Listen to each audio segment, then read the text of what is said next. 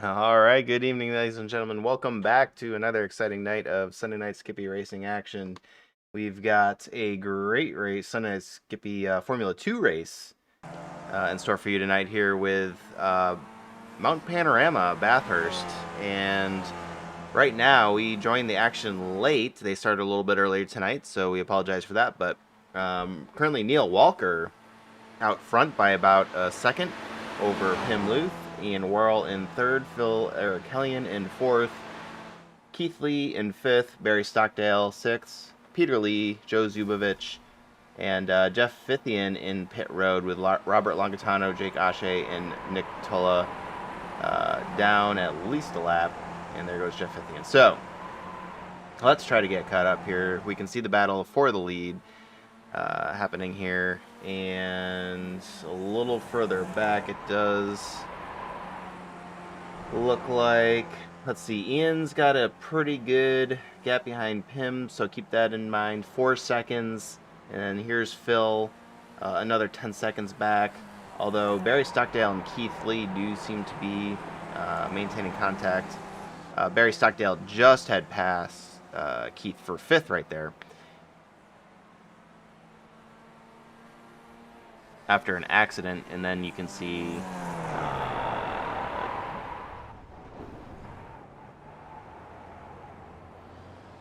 I just looked down and I don't know what the heck happened there. Alright, let's back it up. Alright. We are catching up. We got cars on pit road already. 35-minute race. We got pit stops happening, and that 1 second lead is kind of maintaining, but Pim Luth really doing his best to get up there to the leader. And somewhat succeeding for the moment.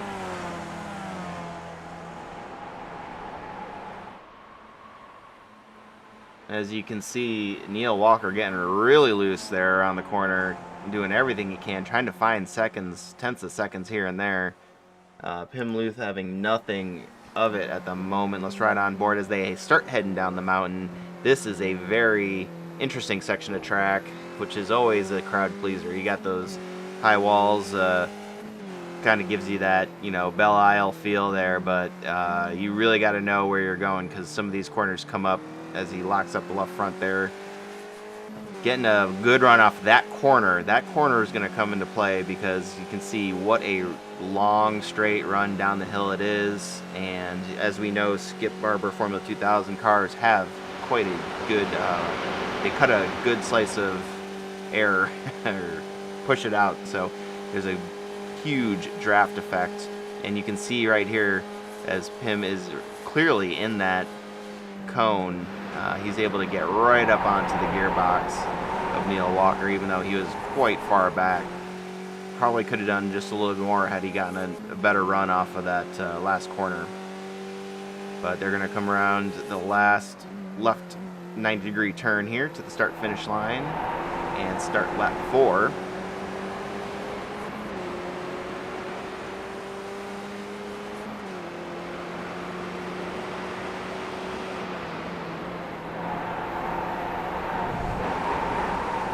See Pim having set a purple sector, which I'm sure he's pretty happy about. Let's look a little further back. Everybody's pretty spaced out from what I can tell. Let me bring up the pit stops though, so people can get a sense of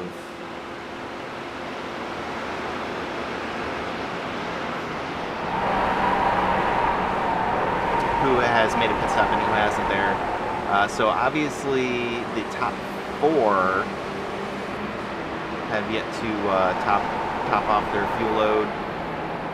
5 through 8 are currently on the lead lap, having made a pit stop, and then obviously Jake Ashe, no, he's still on the lead lap there technically. Ian Worrell a little further back even, and showing out actually, which is weird.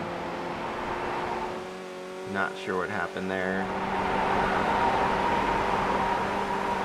Not showing any crashes. Let's take a look if this was anything. Oh, Yeah, so Ian, that looks more like a technical glitch there. Maybe his headset stopped working because his his input stopped completely. So that could just be some bad luck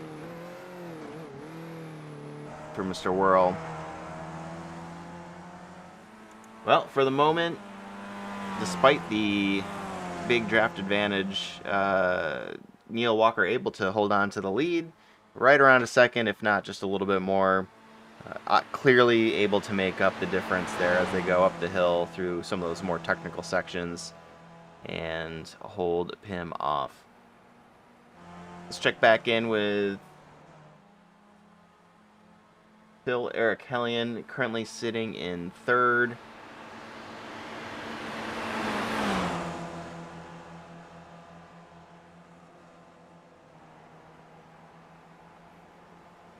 And then I'm not sure who that is there behind him. Obviously some lap traffic. This is not a Battle 4 position at the moment. The 25 car of Phil Erikellian out front. He's got 18 seconds up to the leader and about 26 seconds back to Keith Lee, who's also come down the hill, up 6 spots.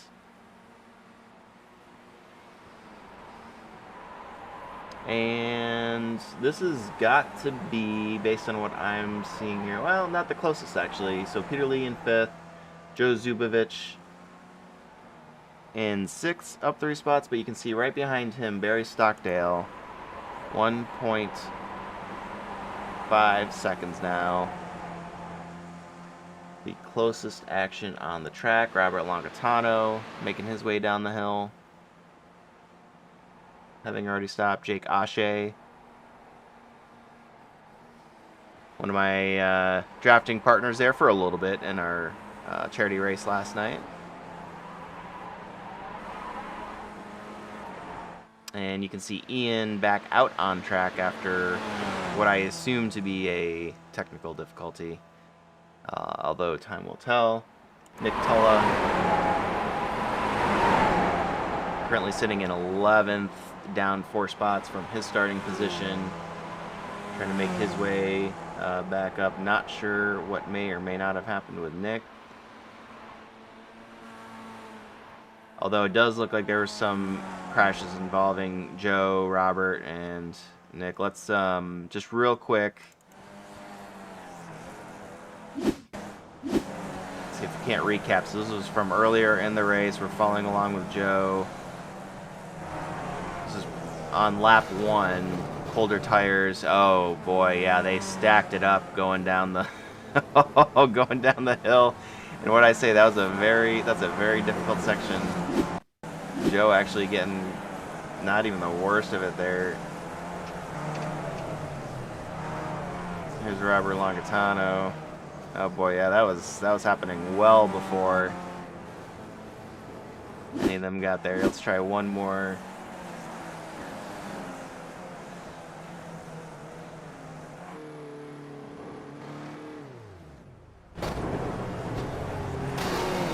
Just an innocent spin stacks the field up, and there's just nowhere for anybody to go. Nick Tulla got the worst of it. Let's take one more look. We'll ride on board with Nick. And you can see these blind corners. Just didn't quite make it. Gets tagged. Goes for a little trip. All right, so that's what happened. That's why we've got the split field at the moment. And let's check back in with our leader, Nick Walker, Neil Walker, sorry, who's able to extend his lead out now to nearly 1.7 seconds as they head back up the hill. So some of those pit stops, obviously very early in the race, not really indicative of necessarily fuel strategy or anything like that. That's just going to be them probably going in, getting their fast repair for the evening, and kind of hitting the reset button on the night. So we'll go ahead and take that down.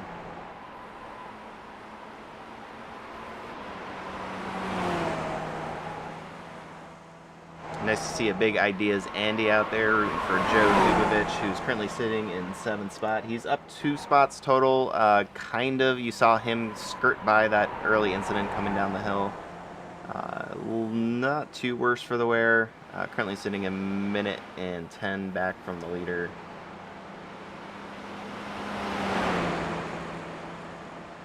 Still not a terrible run for him. Anytime you can make it past one of those pile-ups and and not have to tow back, that's a good evening. And we'll keep an eye on what he can do, catching back up to Barry Stockdale.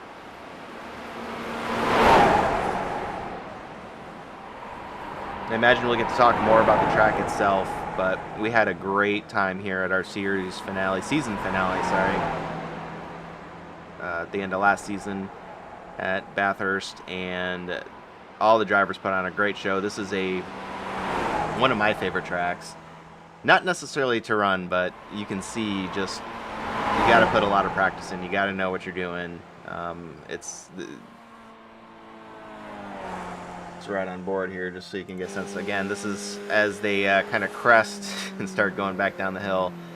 High walls on both sides, and you really can't make this up as you go along. You got to know, you got to have the rhythm, you got to have the flow, and then you put other cars next to you, and it just kind of changes everything up. There's this nice slow corner here, and this is the corner you really, you see another lockup of the left front there.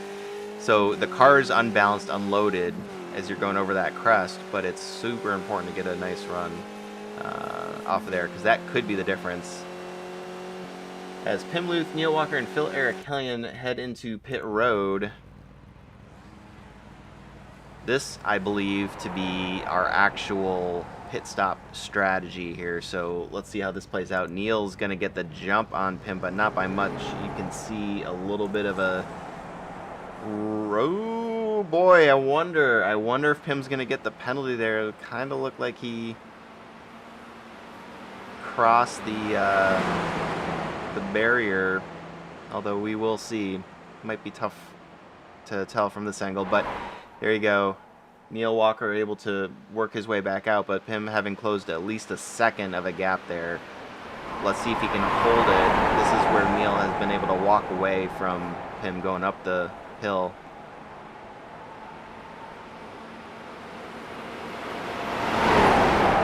And Keith Lee, Joe Zubovich, and Barry Stockdale all in the pits. A little further back, you have Peter Lee and Phil Erikellian.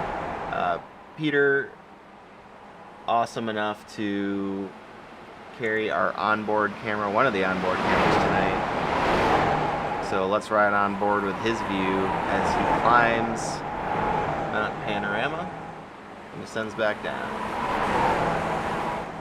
I'm getting some messages on Discord. I should probably check out what those are. Probably people telling me I'm doing something wrong.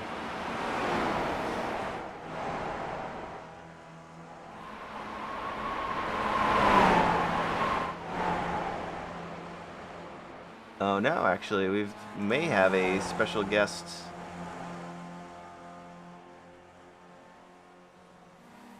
Oh, and I am completely muted and deafened.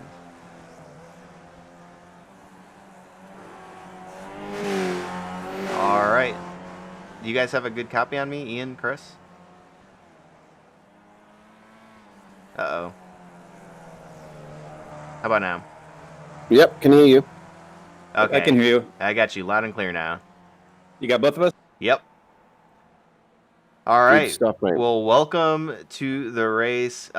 Ian, we kind of rode on board with you there for a little bit. Was that a technical issue? It looked like your input stopped for a bit. Yeah, my headset, Steam VR crashed, and so my headset went blank.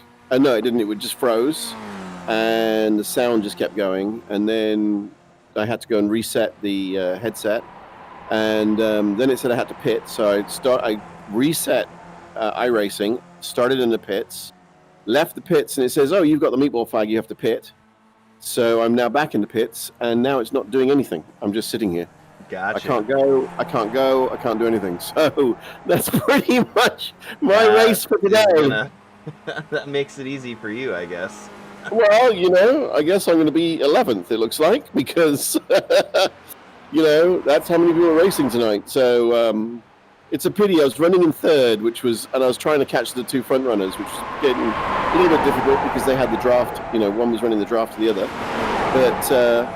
But why is he back? Oh, that's Peter. But yeah, but apart from that, it was a lot of fun. Looking forward, I guess, to the SF1 race. There you go. Well, Yeah. you got a little bit of practice in, I suppose. But Absolutely. sorry to hear that. That's always frustrating when it's something technical. Obviously, I ran into that in the charity race last night and ended up having to reset the whole dang thing, and it was man, super that's heartbreaking. But I'm focused in right now in this battle between Neil Walker and Pim Luth, and I'll tell you what, these guys are going to make it real interesting as they start heading down the hill here. Pim is right there. And we also have Chris Herrera in the booth with us. Chris, you have a big race ahead of you tonight, and this is where... Wait, you didn't race here. You had already secured the championship. Is that correct? Am I remembering that right? Yeah. I joined you in the broadcast booth last season. That's right. So this is actually your first Sunday night Skippy race, at least here. Yes, that's correct. Awesome. So are you looking forward to it, or was it nice having it wrapped up and being able to skip it basically last year? I mean, yeah, in terms of winning the championship, that was definitely nice. But for this particular track, it's still pretty new to me. I've only done 2 public races, and I only got around to learning the track properly just a couple days ago. So I'm going to be probably a little bit more conservative than usual, and just try to sort of stay at the front. And if an opportunity for aggression shows up, I might hop in there. But other than that, I might just be going for, a point finish. Pim just hit Walker. They just touched wheels. Oh, they both go around. Oh my goodness. Holy cow. And that's going to take them both out. We've got 20 seconds back to Phil Arikelian. It looks like they're both going to tow.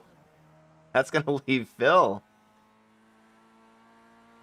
in prime position to basically take the lead and walk away with it. I got to imagine they got at least a minute or two of tow time. You would think so. Yep, it's going to be... Well, actually, no. They crashed just past the pit entrance. So, yes, it's going to take them a wee while to get that all sorted out. And as they say, that puts the cat among the pigeons. Take one more look at that. If you so choose.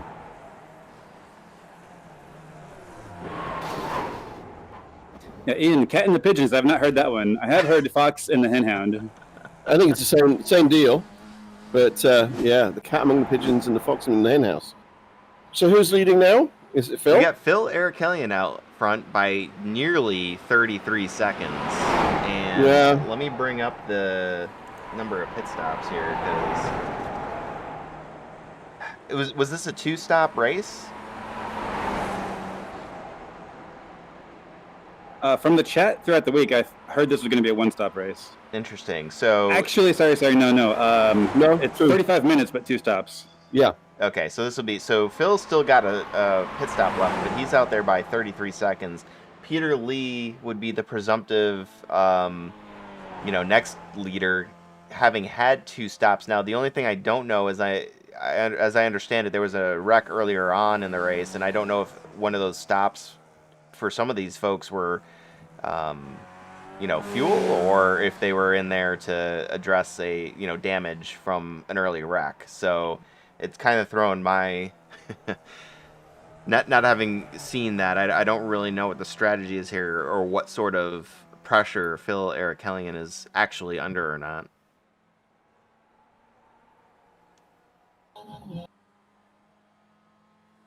How much time is left in the race? We're 11 minutes and 24. There you go. Ooh, it's getting to be crunch time. Yeah. Well, he's going to need to make a decision right now, because no matter what his gas stage is, he's got to really start thinking about that gap he's got, and if he needs another pit stop, he should be going in. Yeah, absolutely. And speaking though of we got And in he Lee. goes. In he goes. Oh, there you go. Okay, so that's gonna for pit time. They're kind of all over the place, to be honest with you, pit lane times. But I got to imagine that's gonna put Peter Lee out front, or at least close to it. And coming down the mountain here, Joe Zubovich has a rearview mirror full of Keith Lee.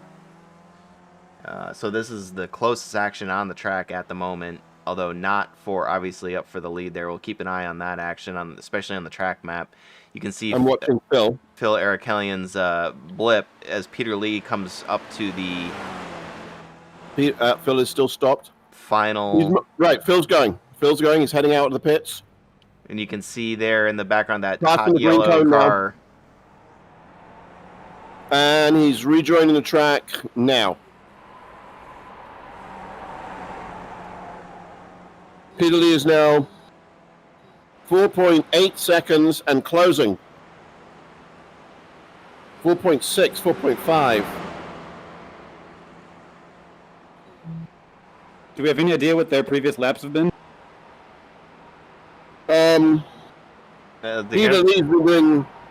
Peter's been doing a 2:35.5.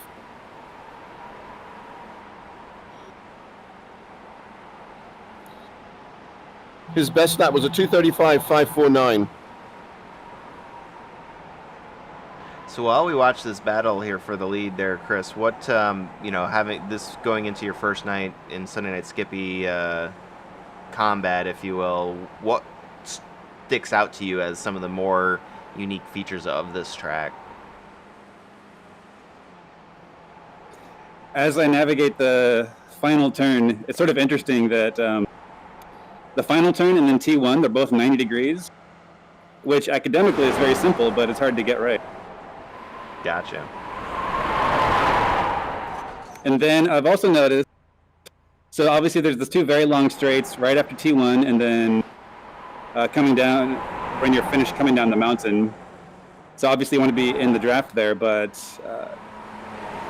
if you're coming out of the pits, or if you get a bad T1, then the guy behind you can really get a lot of momentum and catch up to you right before T2. So that can be a good opportunity as well. And T2 is one of the most critical corners on the track. If you get T2 right, you're gaining time all the way up the hill. And if you get it wrong, you're losing time all the way up the hill. Yes, exactly. That's something I actually just learned maybe 20 minutes ago or an hour ago or so in the public race. Yeah, so I was focused on that last corner before the downhill, but yeah, that's probably even more critical is getting past that T2 and carrying the momentum up there, because coming down the hill, you kind of have the draft to kind of help you if you mess it up a little bit. We've been seeing a lot of left fronts locking up and smoking, trying to come around that last corner. I don't know what turn number it is, but before the long, straight downhill section. Forest Elbow. Forest Elbow? Yeah. All you mean right. the really, really tight left-hander? Yeah. Yeah, Forest Elbow. Forest Elbow, okay. So Forest Elbow is the name of the turn right before the last straight? Yeah. Before the long downhill, uphill straight. So you go through the dipper, right? You go through the dipper. And so you got the S's going up the hill. Then you come over the top. Then you go underneath that little bridge. That's called Skyline. And then as you're dropping down, you've got the little S. You got the right hander, and then you've got that weird left hand downhill followed by a tight right. That's the dipper. And then you go left and then right, and then you've got that. Something happened. Left and then right, and then you've got Forest Elbow. And then you've got the long back straight. Oh, I think Peter Lee is having connection problems. He keeps blinking out. Oh, Chris, something else I wanted to mention. I'm glad I did the Daytona 250 for the SNS Winter Challenge a couple of days ago, because that was an excellent primer for co-competition, as the broadcasters were calling it. Yeah, so we had and I'll probably touch on this too with the Formula One race, but we had our penultimate, because we love that word, Winter Challenge for Charity race Saturday night, and we ran the Daytona 250, which was the NASCAR Cup Series cars at Daytona, which is the real life race, obviously, is today, but currently rained out. But we had a lot of fun for that. We raised a lot of money for charity, over $530, I think, total. That's And awesome. Wow, that's yeah, great. yeah, it was Yeah. really fantastic. That And that deserves a round of applause. There you go. and we had it was a lot of fun, but yeah, the drafting, I mean, clearly, obviously, for anybody who doesn't know, Daytona is a pack racing draft. That's all it is. There's nothing to it. You don't have to learn the turns, you don't have to do anything, but it's a chess game of drafting and learning how to do that. So that's really on tracks like this, hopefully it does translate somewhat, at least in a small way. I don't know. Yeah, at least on right after T1, that first straight going up the mountain, that's going to be the closest area of immediate teamwork followed by immediate end of teamwork. Right. Well, the problem right. going up the mountain is the thing is, if you're going up the mountain in a pack, as we're watching, Phil is 4:42 ahead of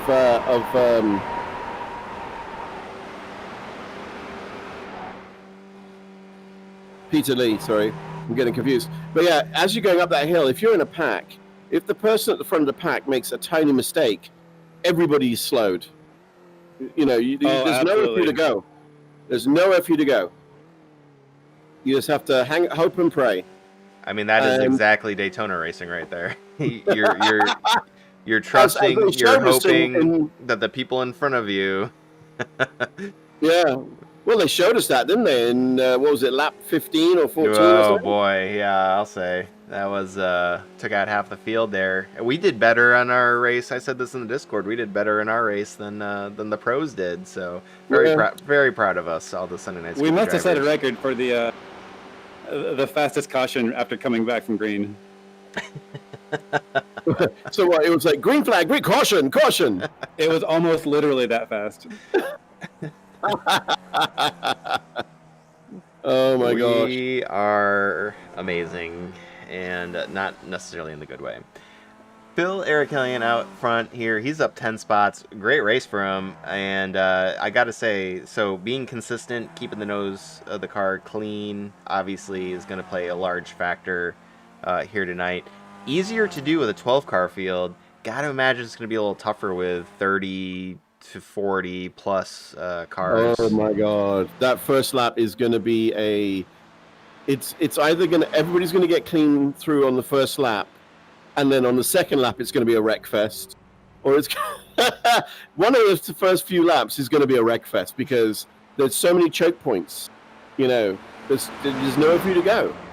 It's choke points, it's cold tires, it's nerves, it's a comedy of just tragic errors and excitement.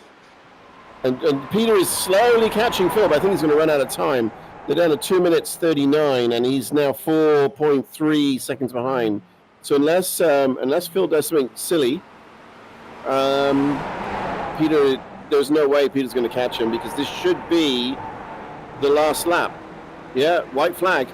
White flag coming up, and we're riding on board with Keith Lee right now. This is the closest action we have. The battle for 7th position, and he's chasing Joe Zubovich up the mountain.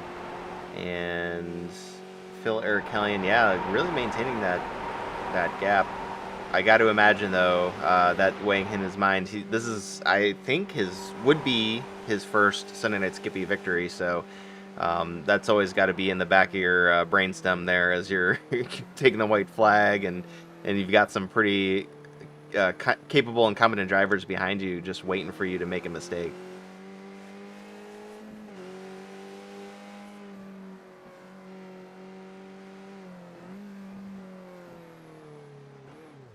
Oh no, and Keith Lee is going to scoot it past, was it Forest Elbow? Is that what we're calling it? So that's going to let Joe just kind of slide away. So let's ride on board here with Phil as he gets up toward the crest of the mountain.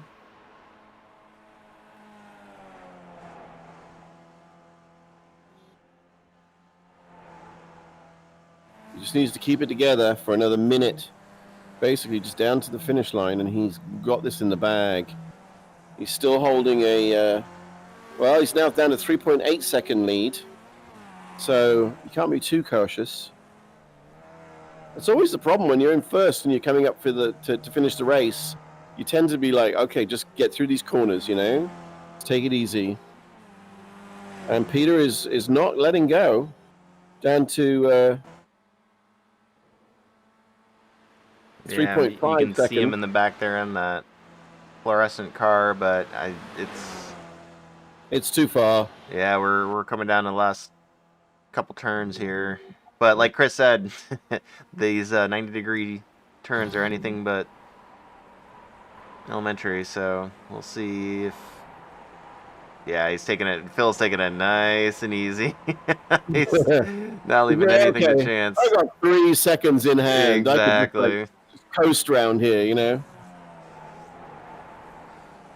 You can hear the applause from the virtual crowd there, and over the line he goes. First place. Well done. Very nice by Phil Arikelian. Peter Lee just shy, coming in P2. Pimluth's got nearly 31 seconds here in fourth, so presumptive final podium position for him. Another strong showing, although down 2 spots from the finish. I'm sure he would have wished for something better, but still, bringing home a podium very is... slowly. We're not on the Pim. He's going very, very slowly over the finish line. I wonder if he maybe ran out of fuel or if he was just kind of... I think he's out. Must be out of gas.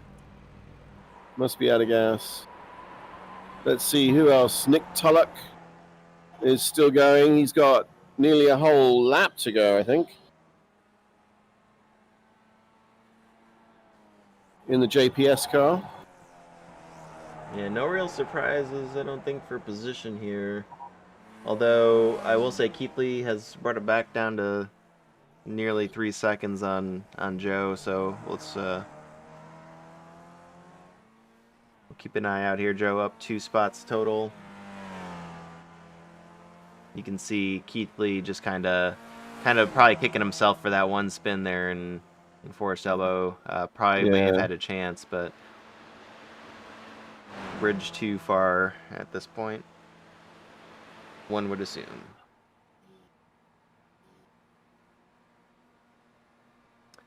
So Neil Walker, Jake Ashe, and Robert Longatano are going to cross the line in 4, 5, and 6 respectively. Here comes P7.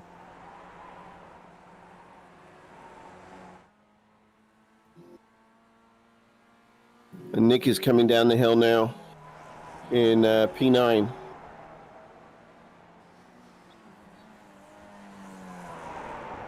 Keithley will be 8th. And just like you said, here's Nick.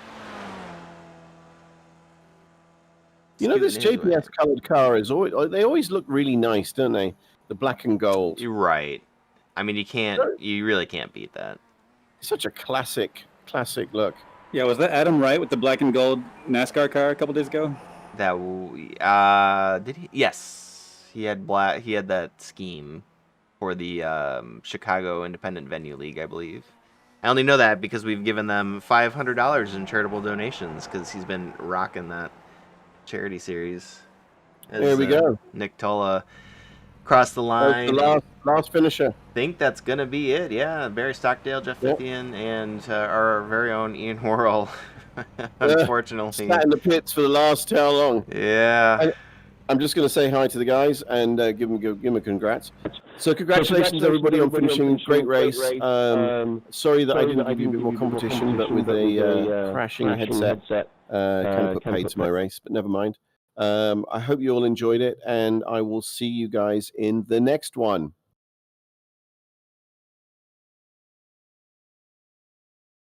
You have to jump. I think they're going to go and do the jumps now. Okay, I gotcha. Very good. Well, we're going to take the break here so we can get set up for the Formula One race, and we're very excited about that. That was a fantastic run by all these drivers, though. Congratulations to Phil Arikelian on the victory, which, again, I do believe is his first Sunday Night Skippy. Yeah, first place. Oh, who is that? Well done, Phil. Who's going over it? I missed it. Oh, there you go, Jake. Well, I think I'm going to go and reboot my computer real quick. Yeah, that's probably a good hopefully not idea. have- Yeah, get the clear the cache. Yep.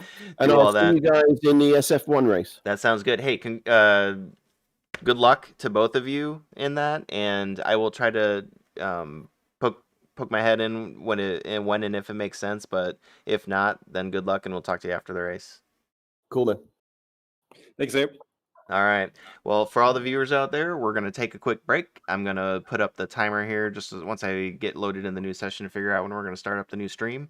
So stay tuned, and we will see you in just a few minutes. Congratulations to all the Sunday Night Skippy Formula 2 drivers on a job well done. See y'all in just a little bit.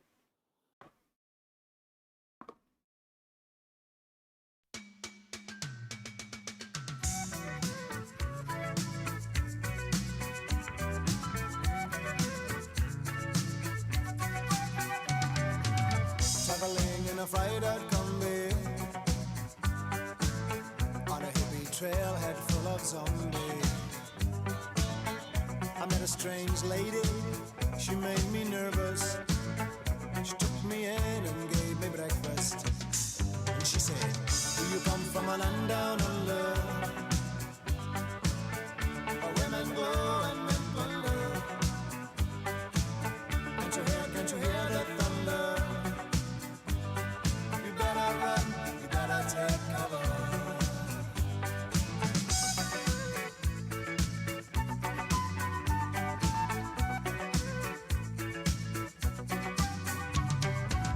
Buying bread from a man in Brussels. He was 6'4" and full of muscle. I said, do you speak my language? He just smiled and gave me a Vegemite sandwich. And he said, I come from a land down under. Repeat us slow and mention the. Can't you hear the thunder? You better run, you better take cover.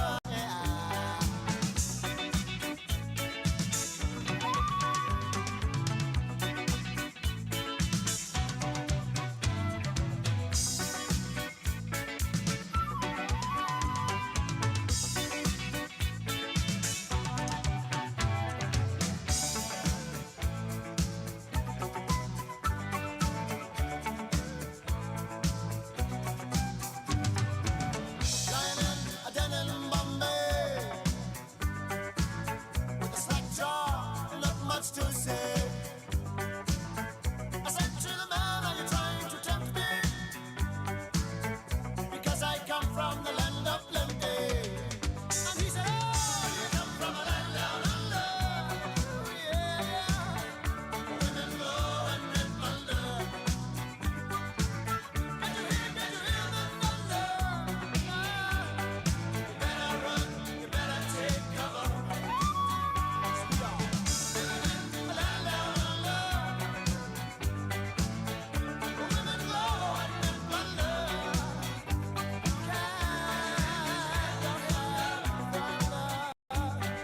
You better run, you better take cover. A land down under. Women go and men wonder. Can you hear the thunder? Yeah. You better run, you better take cover. A land down under. Women go and men wonder. Yeah, thunder. You better run, you better take cover.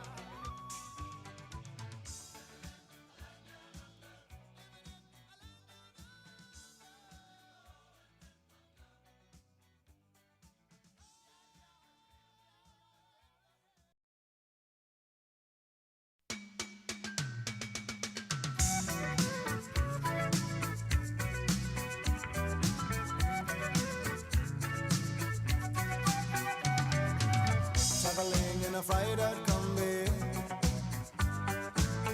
on a hippie trailhead full of zombies. I I met a strange lady, she made me nervous. She took me in and gave me breakfast. And she said, do you come from a land down under? Where women go and men wonder. Can't you hear the thunder? You better run, you better take cover.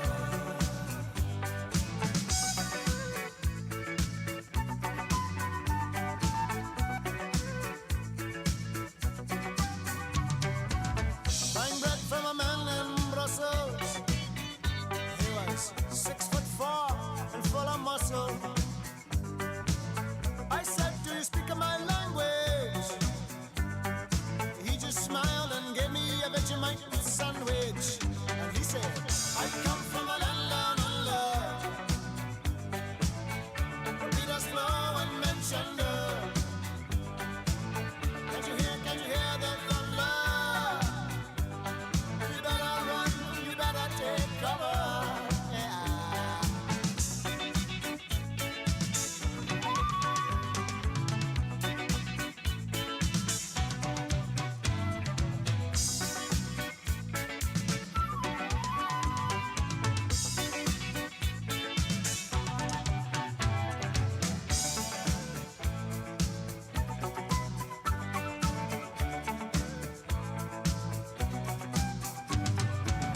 Lying in a den in Bombay, with a slack jaw, not much to say. I said to the man, are you trying to tempt me? Because I come from the land of plenty. And he said, oh, you come from a land down under. Yeah, women go and men wonder. Can't you hear the thunder? You better run, you better take cover. We are living in a land down under. Women go and men wonder. Can't you hear the thunder? You better run, you better take cover. Living in a land down under. Women go and men wonder. Can you hear the thunder? Yeah. Better run, better take cover. We are living in a land down under. Women go and men wonder. Yeah, the thunder. Better run, better take cover.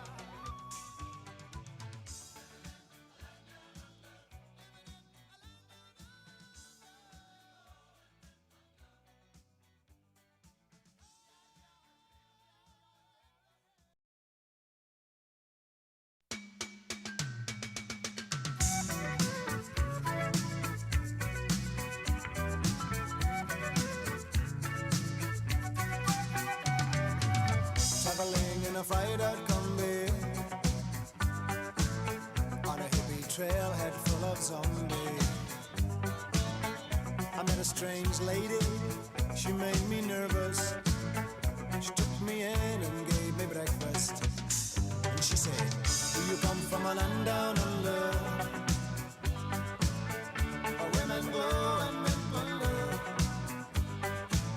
Can't you hear the thunder?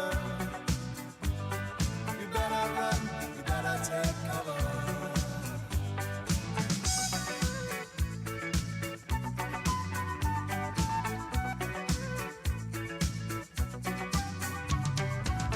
Buying bread from a man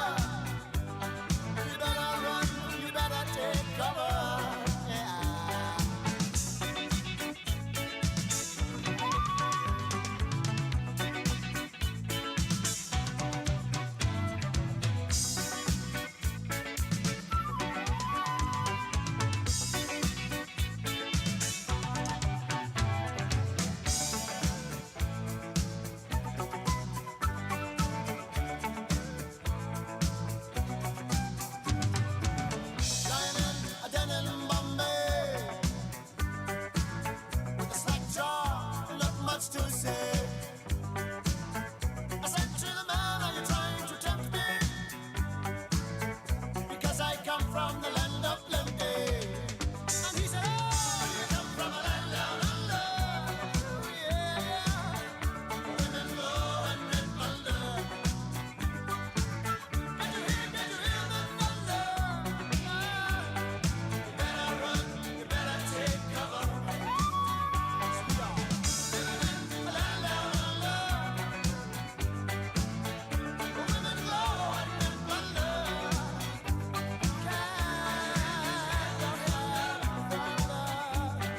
You better run, you better take cover. Living in a land down under.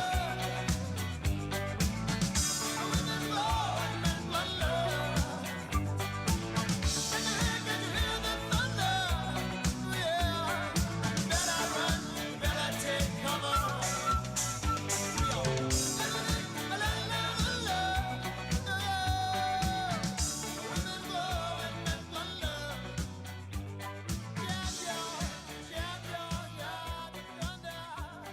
You better run, you better take cover.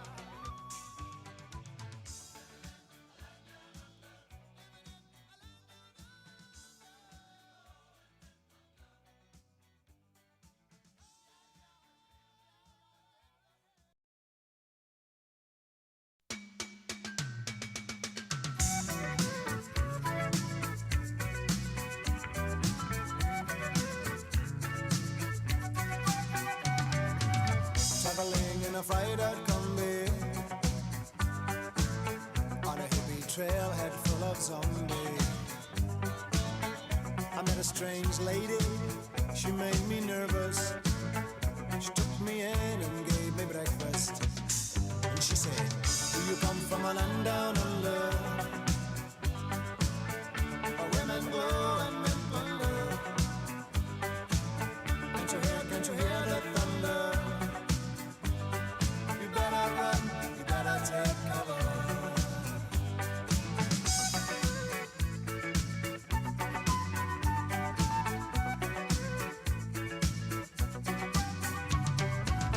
Buying bread from a man in Brussels. He was 6'4" and full of muscle. I said, do you speak my language? He just smiled and gave me a Vegemite sandwich. And he said, I come from a land down under. The Peters flow and Manchester. Can't you hear the thunder? You better run, you better take cover. Yeah.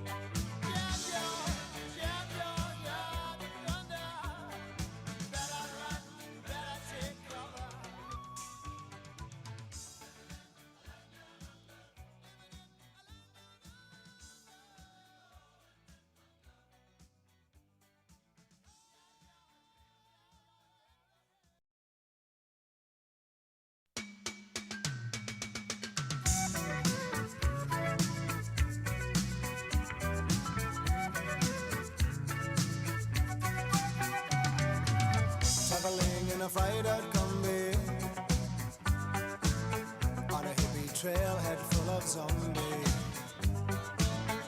I met a strange lady, she made me nervous. She took me in and gave me breakfast. And she said, do you come from a land down under, where women go and men wonder? Can't you hear the thunder? You better run, you better take cover.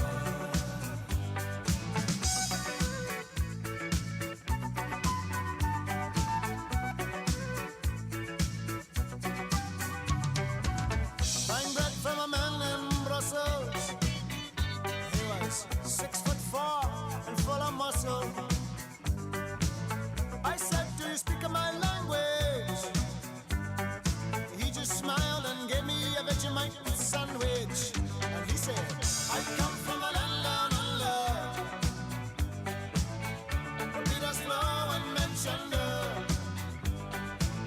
Can't you hear the thunder? You better run, you better take cover. Yeah.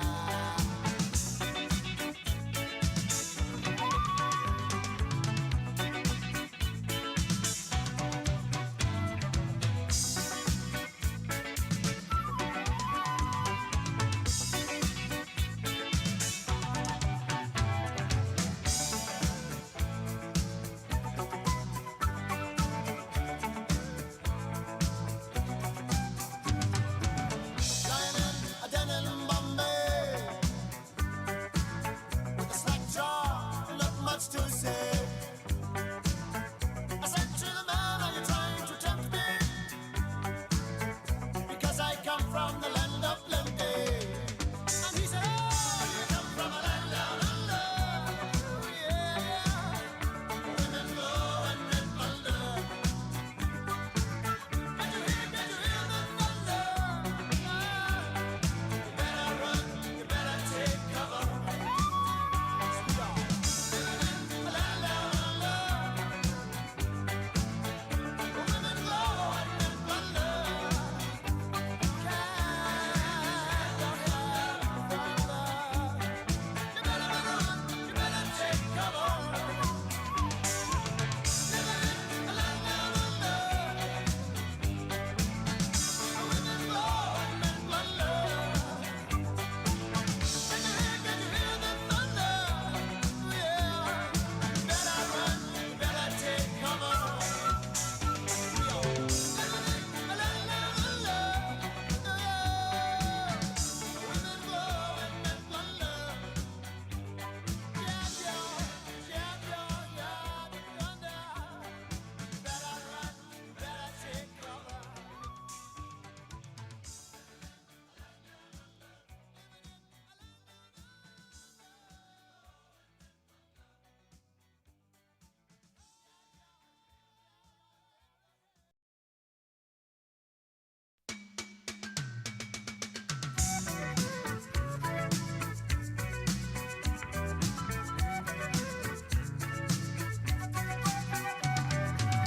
Traveling in a fried-out combi on a hippie trailhead full of zombies. I met a strange lady, she made me nervous. She took me in and gave me breakfast. And she said, do you come from a land down under, where women go and men wonder? Can't you hear the thunder? You better run, you better take cover.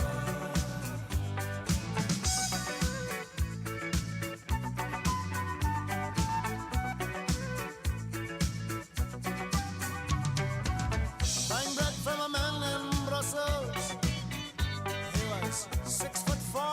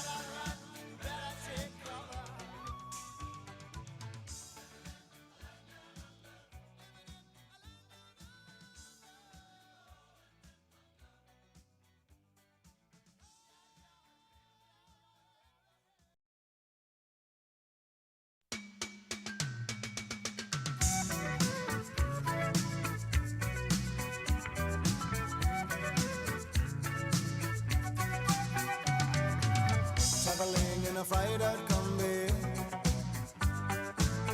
on a hippie trailhead full of zombies. I met a strange lady, she made me nervous. She took me in and gave me breakfast. And she said, do you come from a land down under? Where women go and men wonder. Can't you hear the thunder? You better run, you better take cover.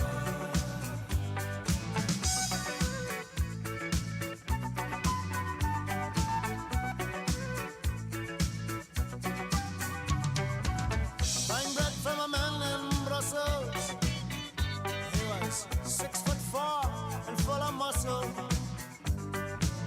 I said, do you speak my language? He just smiled and gave me a Vegemite sandwich. And he said, I come from a land down under, where Peter's flow and men chunder. Can't you hear the thunder? You better run, you better take cover. Yeah.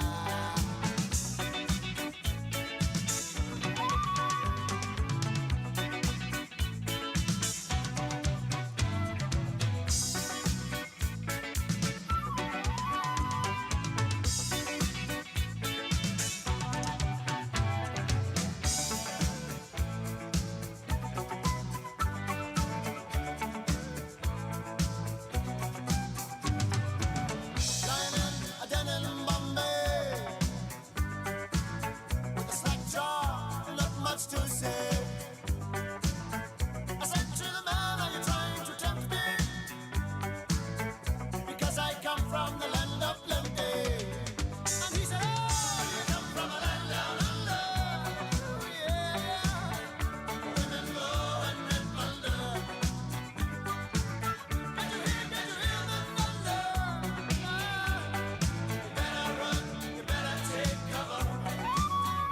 We are living in a land down under. Women go and men wonder. Can't you hear the thunder? You better run, you better take cover. Living in a land down under.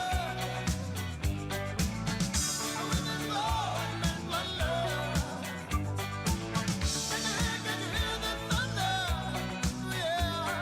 You better run, you better take cover. We are living in a land down under. Women go and men wonder. Yeah, thunder. You better run, you better take cover.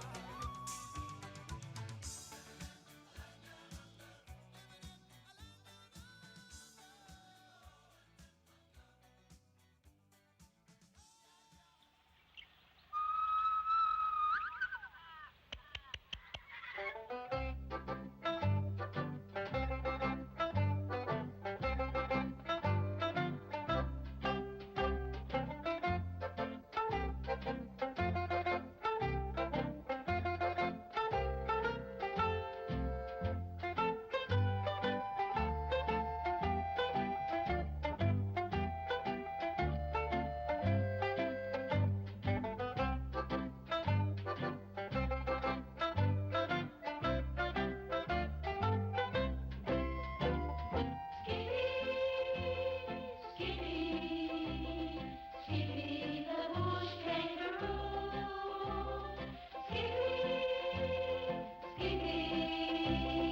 Skippy, our friend ever true. All right. Welcome back, ladies and gentlemen, to Sunday Night Skippy Racing Action, and we are back with you at Mount Panorama Circuit here, this 3.82 mile track up and down Mount Panorama. It's a relatively warm day down there, and 91 degrees Fahrenheit, which I think is actually pretty accurate based on what Scott was telling us there in the Discord a day or two ago. And we are closing in here on the end of our lone qualifying session. And we will bring up that information for you here shortly. Taking a look here at the current leaderboard, we got 34 drivers that have made the grid tonight. Top 29 there, 30 or so, I guess, will fit on the screen, but that's our current leaderboard. Edwin Viorino currently holds the provisional. Oh, nope. Never mind. Chris is down there too. Anybody left? Walter Collada, maybe? There we go. We got somebody. We got somebody still out there running laps and trying to put it down. Walter currently sitting in 6th spot and just on the cusp of jumping up a spot or two. You can see how close all of these times are. Just a little bit of a sneeze, maybe a little bit of a fart, and they'll be up there. Let's see what Walter can do on his final qualifying lap.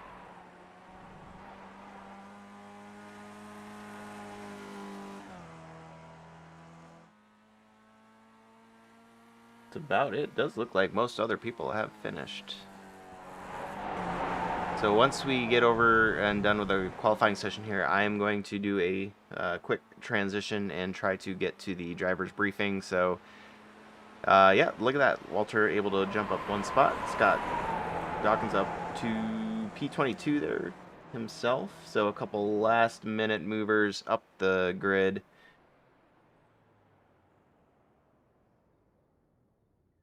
Good to see them making full use of their last lap. Justin Rebello here, I think. Oh no, Nelson Addison's still out there, but we are dwindling down to the number of drivers who have any time or laps left. Nope. Slash nobody. All right. Let's see if we can make this magic happen here. Can everybody hear me?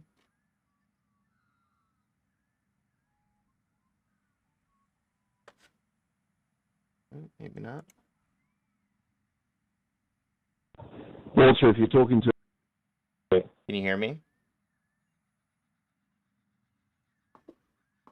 Can you hear me now?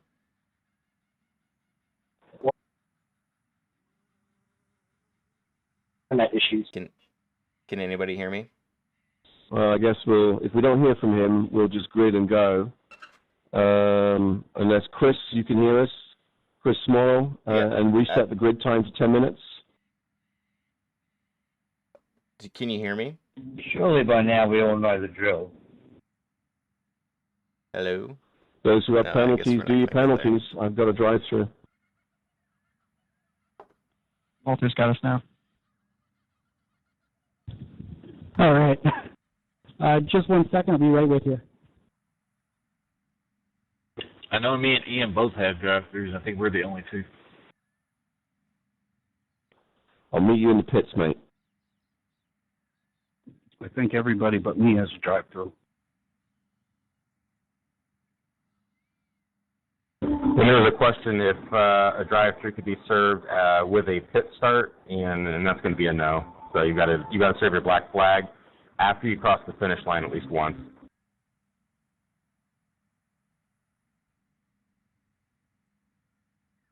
All right, one last shot. Does anybody have me? Anything about pit entry? Nope. All right. Hey guys, I'm about to jump into the call driver's that off meeting. for the Sorry, I night and wasn't, just listen to the drivers having some chat technical here for a difficulties little today. bit. All right, welcome to week 9 at Bathurst.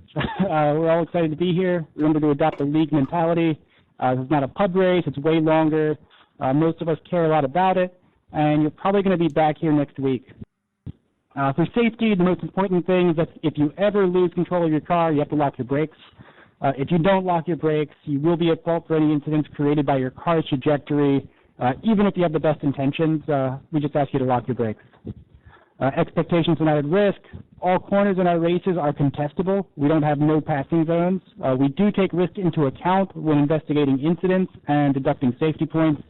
The more risk a driver contributes to a situation, the greater our expectation that their moves are executed safely and with precision. We don't do dive bombs. When you're attempting to overtake into a corner, wheels have to overlap with wheels. If an overtaking car doesn't have that overlap, they have to back out. The leading car has the privilege of closing the door if that wheel-to-wheel overlap is not achieved before the leading car turns in. Blue flags are instructional, not informational. What that means is that as soon as the driver receives a blue flag, they have until the end of the next complex of corners to encourage the faster cars to pass. Any battles between lap cars are on hold when any car in the pack or in the battle has a blue flag. Voice comms, no call-outs, no sorries, no thank yous, no congratulations. Voice comms are only for preventing dangerous situations. Any insulting communications are an automatic Cat 2. Remember to keep voice comms quiet even after your race ends. Lap times here are about 2.5 minutes, so we're going to have battles down the field 2.5 minutes after the leaders finish. We have a few more notes just for Bathurst here. Pit entry is pretty hairy here. We tend to have issues. Every driver needs to be able to execute pit entry in a way that doesn't obstruct traffic behind. Similarly, drivers behind need to accommodate traffic ahead that's still fluent in pit entry, but is taking a more careful approach. Don't hit walls, pretty obvious, but if you do hit a wall and you're obstructing the road, obstructing traffic, we really encourage you to tow here, more so than most places. There are very few outs. Damaged cars need to tow unless they can avoid creating additional risk. If you have a damaged car, which you can't maintain race pace with, we're going to consider you blue flag traffic, and blue flag rules apply. And that extends to splitting groups, slowing down the leaders, etc. We really encourage you to pit if you're going to negatively impact anyone else's race. But that's everything. Have a good race, everybody. I will set the counter to 1 minute.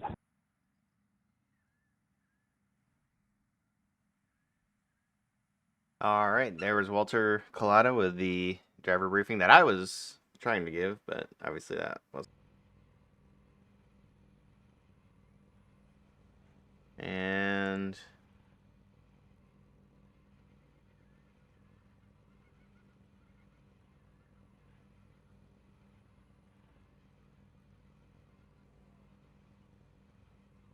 seem to be having similar issue.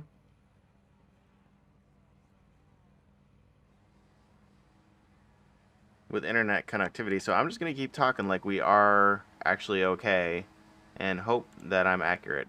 As the lights go out, there's Barney with the green flag, and the drivers of Sunday Night Skippy work their way down to turn.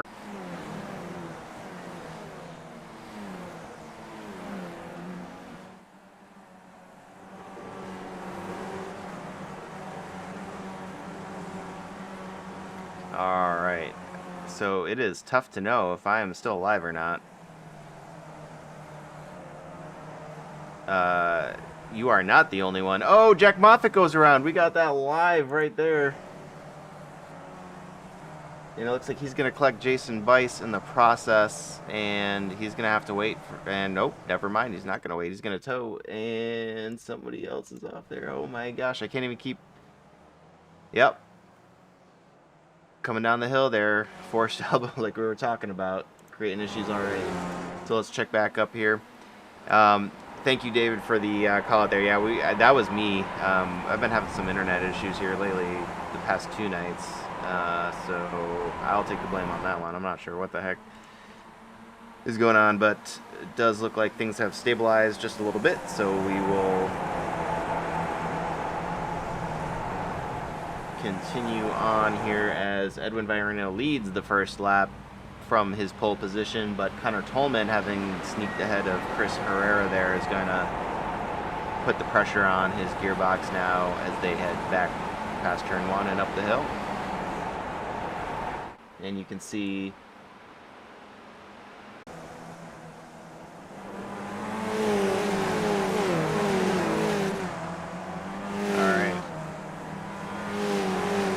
my iRacing doesn't seem to be having any connection issues. It's the OBS that is, and that's why I keep cutting in and out, so I do apologize for that. I don't know if there's much I can do real time to troubleshoot that, so we'll just work with it.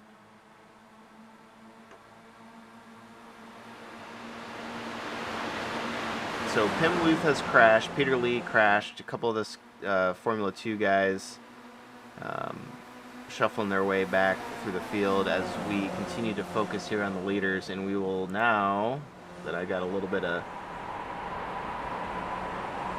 extra brain bites to apply to it, we're going to bring up all that useful information that everybody likes to see, including the track map there. And you can see we're still pretty bunched up, minus a few of the folks who were involved in those early incidents, as Connor Tolman now, having made the pass on Edwin, is going to lead lap 2 and bring the field into the third lap with Edwin Bairino, Walter Collada, Chris Herrera, Peter Nodwell, Jeffrey Decker, and Paul Bachler, actually. Paul Bachler at the end of that chain. And they've gained a little bit of separation back to Carl Dronke. And behind him, Aaron Law is leading Joshua Fitz-Johnson, R. Scott Bell, Max DiGiacomo, and Steve Dewar. And a little further back, Sam Bridges, Kirk and Demir, Dustin Rubello, and there's good old Scotty Girardi, they train Andrew, Cole, Adam Wright, Jeff Torbeck, and pretty good battle going on there. 192 Louis Bubino and Emilio Romero, as Nelson Edison makes the pass on them going up the hill. So quite a group of folks here, still all together. Let's bring up, it'll let me, having all sorts of issues here tonight, ladies and gentlemen. This is Scott Bell that we're going to be riding along with, assuming it will.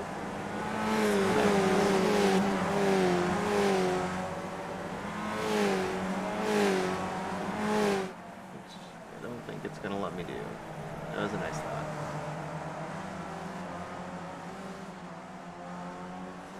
Well, at any rate, let's get back to it.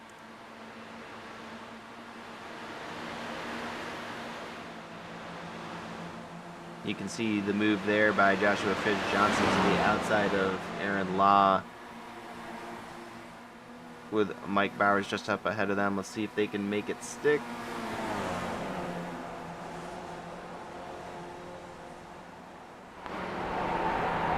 And they will shuffle down to single file.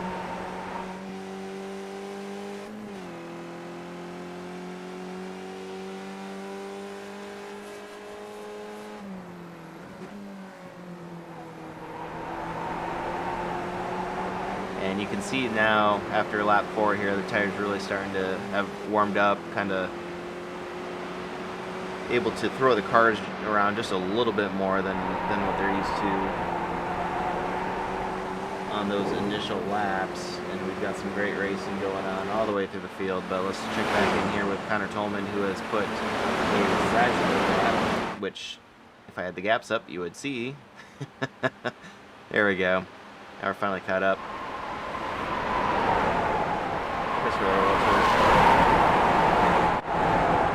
Chris swings it out very wide there. Holy cow. Not sure if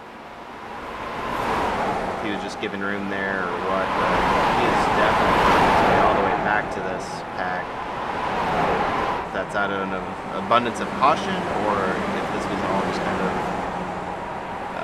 he's just not keeping pace, but he is letting all these guys up ahead just battle it out for the time being.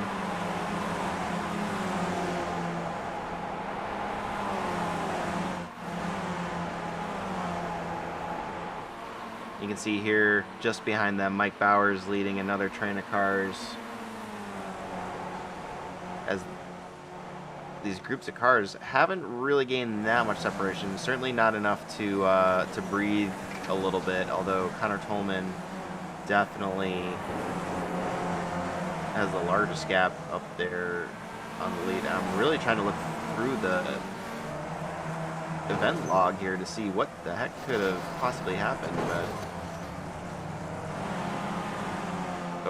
as we got some cars off track there, that's Joshua Fitz-Johnson, who is going to, as he's gonna Looks like he's gonna just tow back to the pits.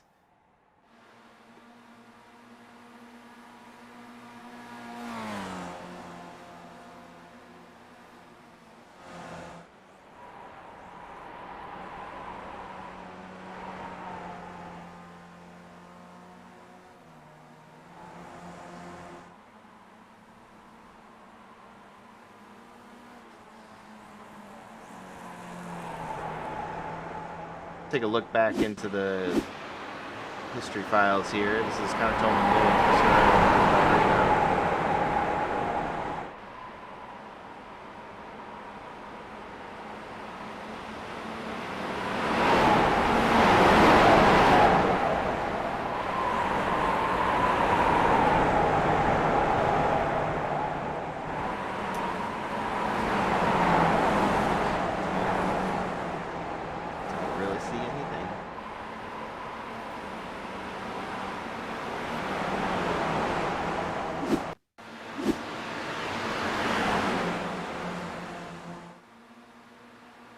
couple strong moves on the outside. Yeah, okay. Well, just wanted to make sure that there was no damage or anything like that, although there is some very good, solid, and aggressive, but they made it stick driving. So that's going to shuffle Edwin all the way back. So anyway, let's check back in here with the leaders. Andrew Cole getting passed there by Adam Wright and Jeff Torbeck. Jeff Torbeck currently your top gainer for the evening, up 12 spots into P17. Adam Wright just behind him, up 9.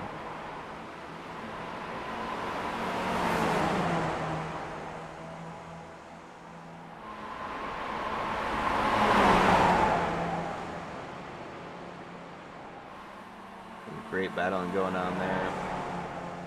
Connor Tolman just walking away with it right now. You can see that gap continuing to extend, although Peter Nodwell, who had started really well in the 4th position, up 2 total spots, leading this train now, coming down the mountain and in a really nice position, running 2nd place, although just has nothing for Connor.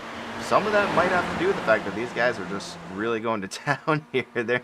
They're not lining up. They're not working together. They're every lap, every position matters. So it is tough when you get that run on that draft to hold back and just fall back in line. So I don't necessarily hope that against anybody in particular. Let's look a little further back. Sammy Bridges in the 976 with Justin Ribello in the 79 car just on the outside. You can see Scott Dawkins on the waiting in the wings there, as they're going to take it side by side through these 90-degree corners, the last and the first turns of the circuit. Looks like Sammy's going to kind of get left out to dry there, but shuffles in nicely behind Scott and is going to have a nice run as they head up toward the mountain. One of those turns that you really want to have a good, solid corner exit out of. Train 3 will work to... Nope, never mind. They're going to go wheel to wheel. Almost 3 wide now. Is Sammy going to send it through? No. He thinks better of that. I believe that is the exact scenario that we saw not too long there at the end of last season there. Steve Dewar backed out. He was going 3 wide. There's usually one person in that pack of 3 that's going to say, yeah, no, we're good. Maybe the last lap, but for now we're gonna call it even. We'll try it again next time by. Still plenty of time left as we tick past 14 minutes of this 45-minute race. Finally looks like my internet stabilized enough. I haven't seen it cut off. Alright, let's go more through the field back here. Jake Ashe and Jonathan Dockery. Jonathan Dockery down 15 spots. Sure, he's not happy with that result at the moment, but Jake Ashe up 2 and trying to find some daylight around Jonathan.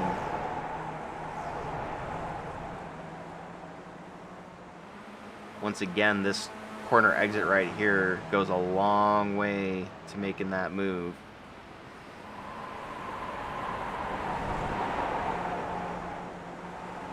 Actually, somebody not present tonight, Pete Mabron. Stresses corner exit speed. And for good reason, especially on some of these tracks that the Skippies are on. Alright, coming back up here. We've got our first pit stops of the evening. Decker, Collada, Dronky, Bowers, all heading into pit road. They are gonna not get tires, but will top off on fuel. And the fuel strategy game is afoot. This is gonna be for all of the marbles. Connor Tolman now out still to a 3-second lead over some very fast cars. Peter Nodwell, Edwin Biarino, after the pit stops, working his way back into the third. Caserra in fourth. And Paul Bachler will round out your top 5 for the moment. We've got the aforementioned Steve Dewar looking ahead at the 308 of Max Giacomo. Having moved up to the 8th position and trying to make it 7. That is a tough ask, though, making that pass right there.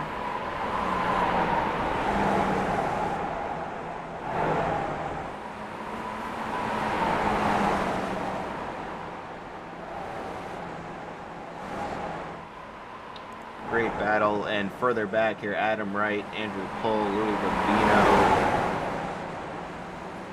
No, I'm sorry, Jeff Torbeck leading the pack here of Adam Wright and Andrew Pull.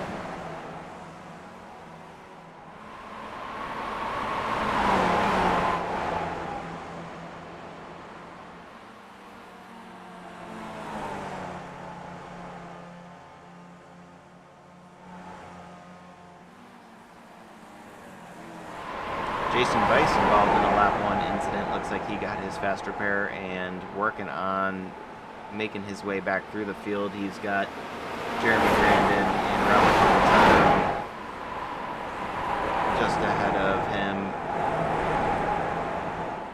This is the battle for P24. Robert up 10 spots.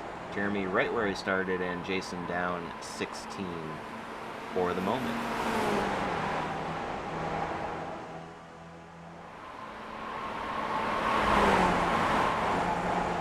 A little further up here, this battle continues. Adam Wright going to the outside, or I guess inside, depending on how you look at it, of Jeff Torbeck. Will clear easily, and that's going to let Adam slip by into 11th spot, although not having made his pit stop yet. And there you go. So he's, oh no, Andrew Cole with just a heartbreaking entry into pit road there. So that's going to leave, well, there you go, Edwin Viorino. So here we go. This is kind of the battle for the lead here. Connor Tolman's going to make a clean entry off his lead, having been greatly reduced. Look at all these guys just kind of meeting right at the same spot there.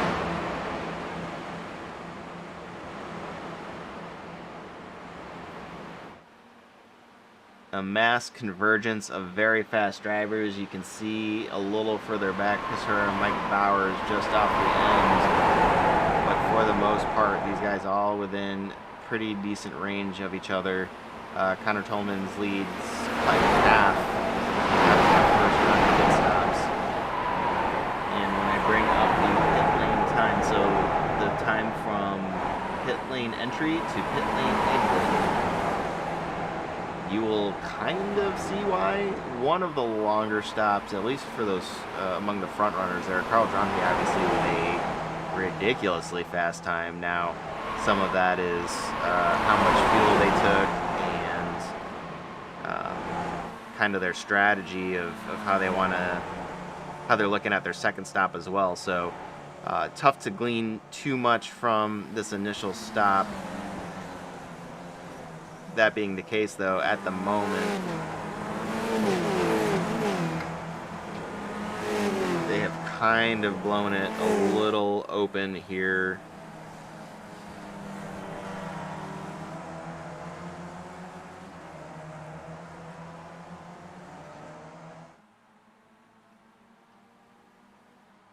Further down through the field, Scott Bell and Max DiGiacomo going to battle. Let's take a look if we can't just one more time try to find. Yeah, of course.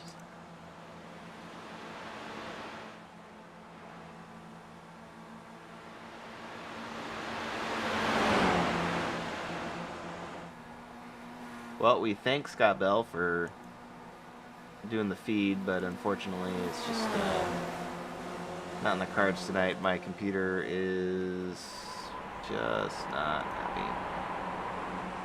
Must have done something to it. Anyway, currently sitting in 10th spot. Great run for him, up 6 spots total. Really awesome to see. He's going to lead a train of Skippies there over the start-finish line for lap number 9, closing in on the halfway mark of the race. I can't believe it. It feels like we just started the race and we're almost done with it here. Connor Tolman's lead continuing to get cut into now. Another half second off there with Carl and Jeffrey. Even though they're battling each other, they're still managing to get some time there on Connor.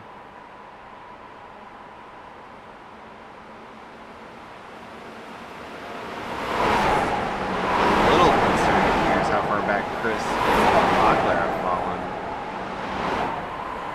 Just not having the speed to stay up there necessarily. They are still in contact. Not super worried about it at the moment, but you would imagine they've got the speed to stay up there. I don't know. We'll see. We will see. Another great run of cars here. Look back from Scott Bell, since we were just talking about him. He's got some company. If he wants to hold on to that top 10 for the evening, he's going to have to hold off Max, Skirkin, Steve, and Justin.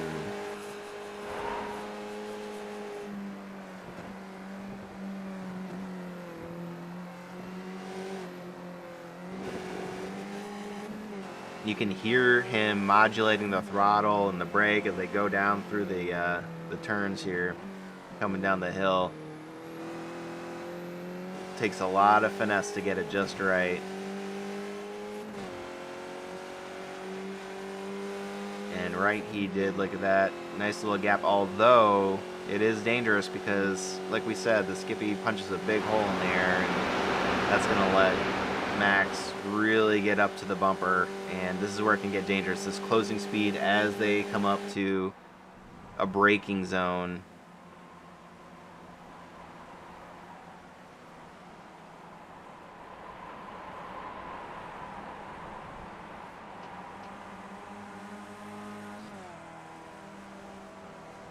But they make it through cleanly.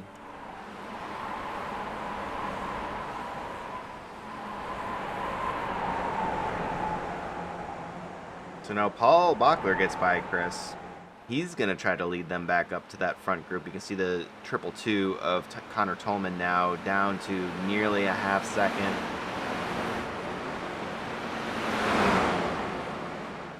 And once again, Carl and Jeffrey just wheel to wheel coming up this turn. And regardless of anything, they are able to get to that gearbox of Connor Tolman. So we found something. Dug deep, found something special. And there you go. Our lead pack for all intents and purposes now is the top 5 all the way back to Walter Collada. We're on board with him for just a little bit.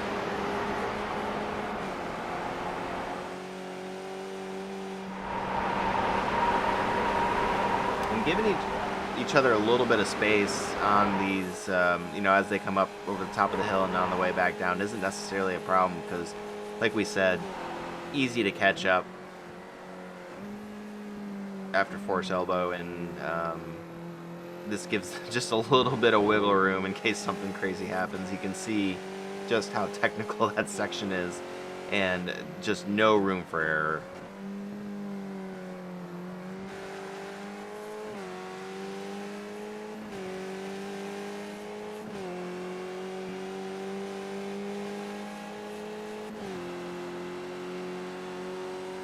A little further up here, let's take a look.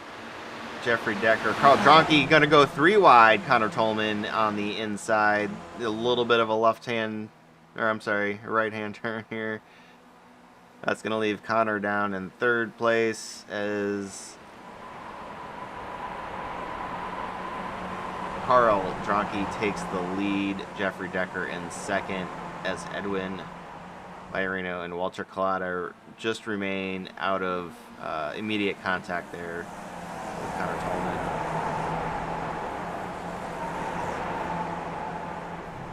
That is fun. Oh, and Chris Herrera is going to go off and touch the wall, kiss it just a little bit there. Just not his night. Going to lose some of that momentum as they head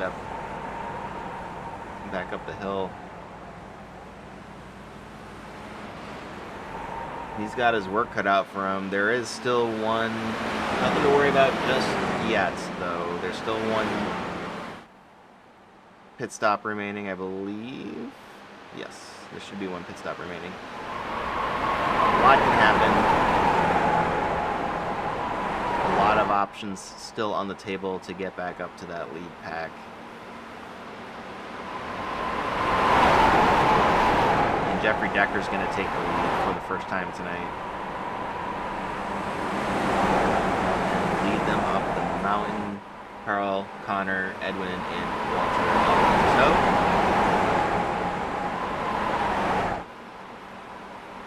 got him still back here. I'll tell you what, Scott Bell leading this group. Max, Steve, Justin.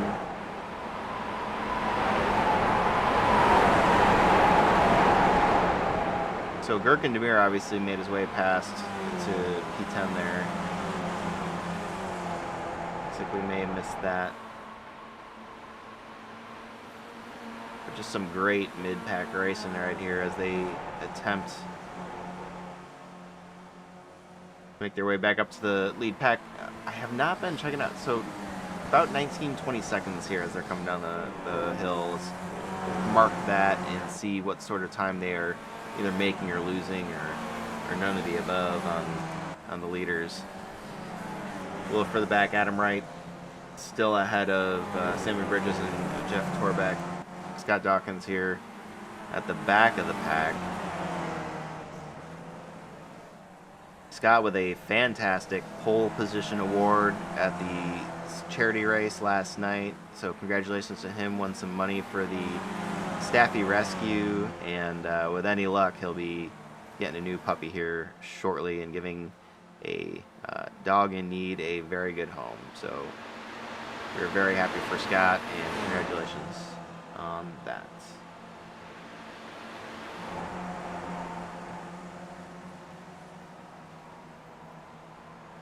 Just ahead of him, though, you can see here Adam really putting Jeff to task. Sammy not letting anybody by as Scott Bell, the leader of that group, in for pit road or into pit road, along with Chris Herrera, getting that fast repair, no doubt, to maybe. Oh, and we got tire changes going on. I don't think that's what he wanted, or maybe he did. Maybe I'm wrong. Yeah, I was clearly. I don't know what I'm talking about. Don't listen to me. All right. Carl Dronke up here. It looked like he was being a surgeon.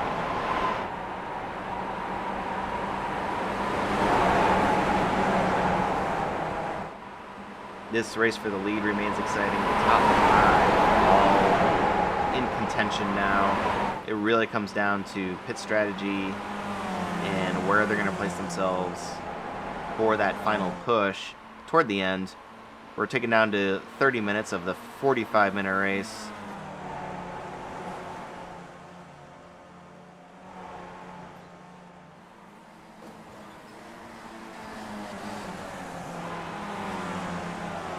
Check back in with Steve Dewar as we were along on board with him, looking ahead at Max. These guys have been going toe-to-toe the entire race.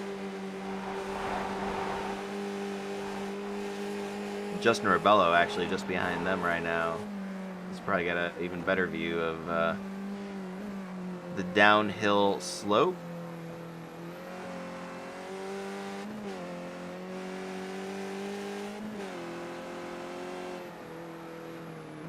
See these guys expertly maneuver their cars around the corner. Steve just a little bit loose there coming off the corner. That's really going to hurt. You're going to watch Justin scoot out to the side here. Yep.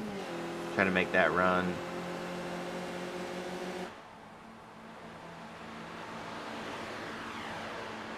And that's all it takes, folks. Just a little bit of rear tire slip, and I tell you what, that's the level of accuracy and skill that this demands, and these guys do this week in, week out. Nothing but respect.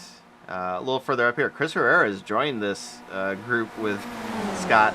Scott Dawkins actually working his way up to the front of the group with Adam Wright and Jeff Torbeck. Oh my, everybody following each other off. Yeah, you get a little bit of target fixation there is what we call that. Following each other off into the grass, and luckily they all keep it relatively clean. As Sammy Bridges in the 976 is going to duck into pit road. The rest of the pack chooses to remain out. Sammy probably thinking, yep, I'm good. Just going to duck in here, get some fuel, and be on my way. Justin Rebello coming out pit road himself. We were just right on board with him.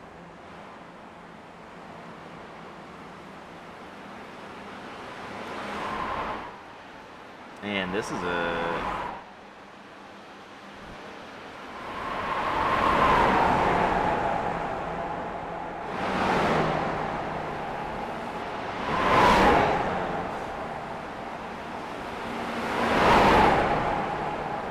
skipped over some stops there. So Walter Collada, Carl Drogby, Paul Bachler all have 2 stops. Everybody from Avon up having not hit yet. So let's keep that in mind as we check in with your leader, Jeffrey Decker. Not Walter Collada, Jeffrey Decker. No? Okay.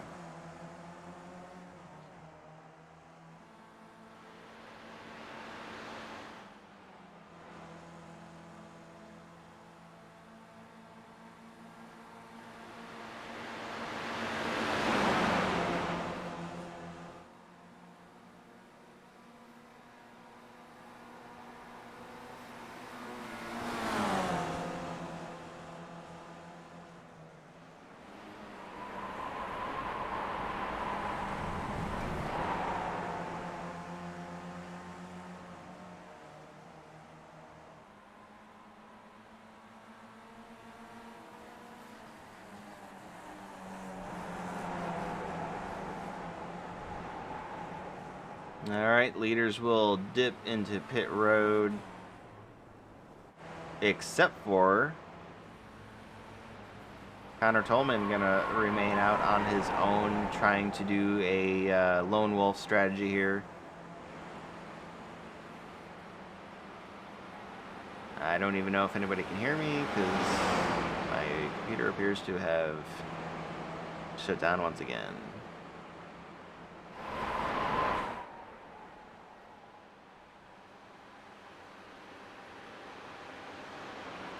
So Scott Dawkins and Chris Herrera went off track. Let's see if we can't see what may have happened there. Uh-oh.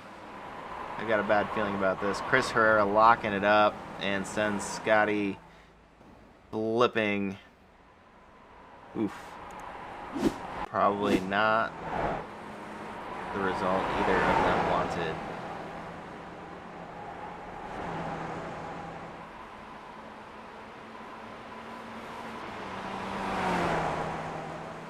Alright, so top 3 still need to pit. Walter Collada, 28 seconds back. Sorry, Carl Dronke and Walter Collada, I guess you should say. And Edwin Virino all together, 28 seconds back. That's roughly what the lead was in the Formula 2 race, a little bit less than that.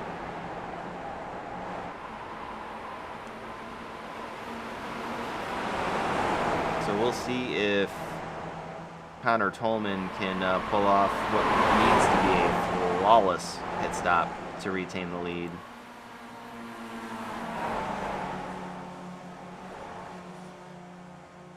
Which I'm sure is coming up here shortly. A little further back, Mike Bowers, Adam Wright.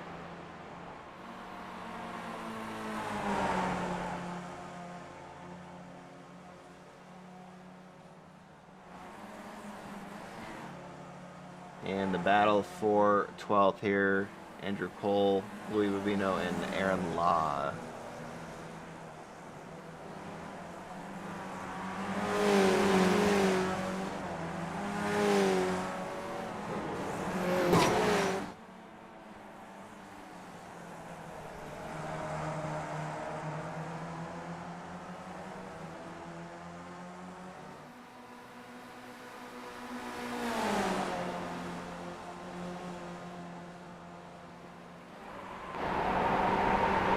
So there goes Connor Tolman into pit lane, and you can see these guys had worked it down to, well, no, about 20 seconds still.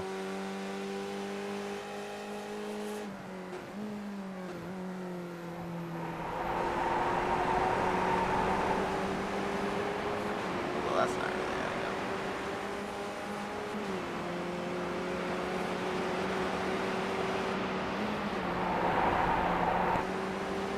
See Connor Tolman coming out here is going to be able to maintain the lead by about 3 seconds.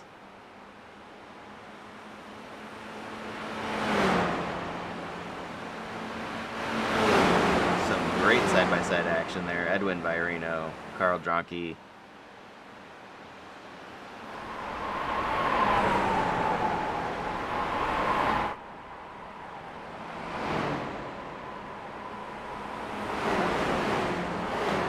Jeffrey Decker having led the race for a little bit there. Getting back in 5th spot, working his way back up.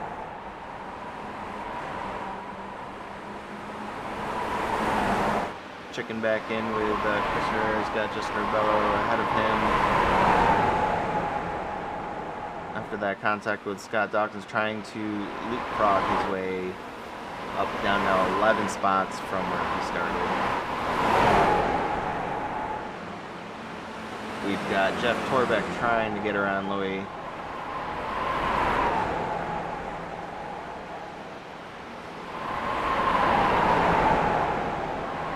Very complex pass. Not going to be able to be successful this particular time. Gurkin Demir we have not checked in with in quite a bit, but he and Max Giacomo now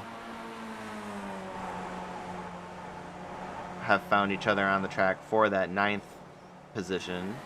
A little further back from Aaron Law. Steve Dewar with a very strong run right now. It's sitting in P11. Nelson Addison and Andrew Cole.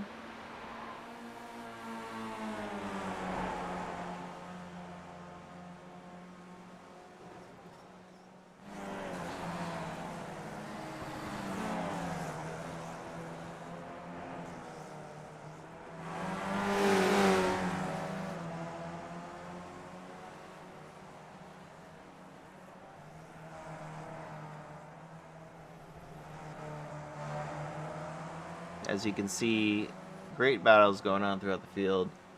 The leader, Connor Tolman, only maintaining about 1.5 seconds right now. So you can see Carl leading that group of cars up. And I got to imagine in the next lap or two they will be making contact. There's just some very, very fast drivers all throughout this front group, so I don't envy Connor in the least. Not much you can do no matter how fast you are. He is able to get out to a very strong and comfortable lead, but the quality of caliber of these drivers behind him is just not going to let him walk away with it where he could have elsewhere.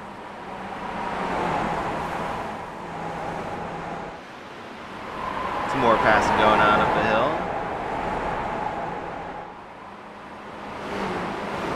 In that battle for 9th position, you can see Chris Herrera there still continuing to try to work his way back up through the field. He's got a long climb, both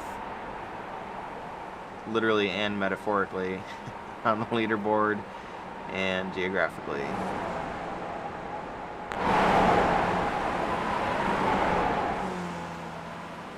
You can see here, didn't take too long.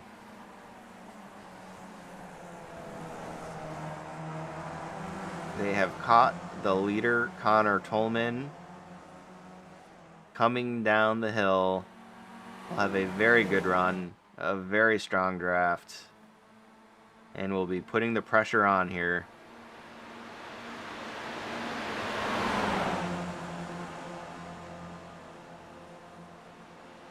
Edwin's going to move to the outside with Carl. They're going to slide right in front of Connor, slot right in.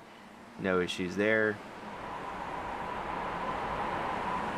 And the race, as they say, is on. We are 41, going on 42 minutes, coming across the line here of a 45-minute race, so we do not have that much time remaining, probably 2 laps. So people are going to start getting twitchy. We know that there just isn't that much time, isn't that much racetrack left to make your move.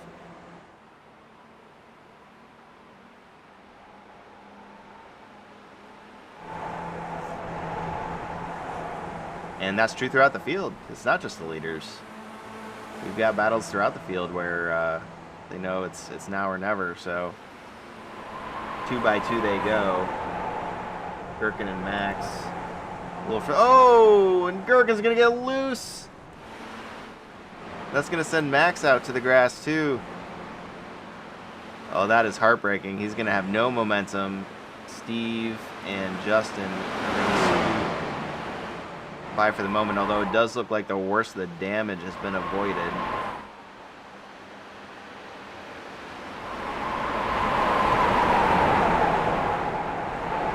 But that is going to make this race here for that 10th position all the more interesting. And a little further back, Jeff and Louis still finding each other on the track and wheel to wheel. A lot of fun to watch these guys. And even further back still, Andrew and Nelson.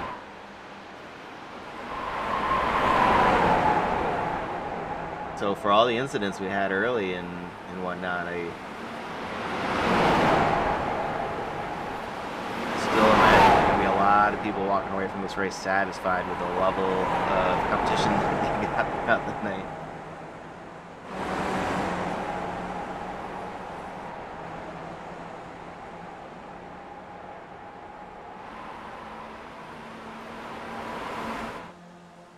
Check back in with the leaders as Carl Dronke takes over the top spot from Edwin Viorino.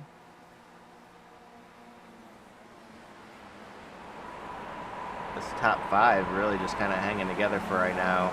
Although we are coming up on the white flag. This will be the last lap.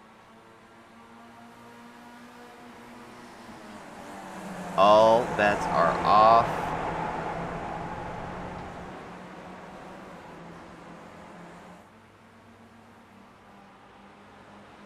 Here we go, ladies and gentlemen. We've got 1, 2, 3, 4, 5 cars going to battle it out for that podium. And these are all very fast, very capable drivers. I'm very excited to see how this all ultimately ends. You can see they've got about 7 seconds back to Paul Bachler, and they're going to go 2x2 up the hill.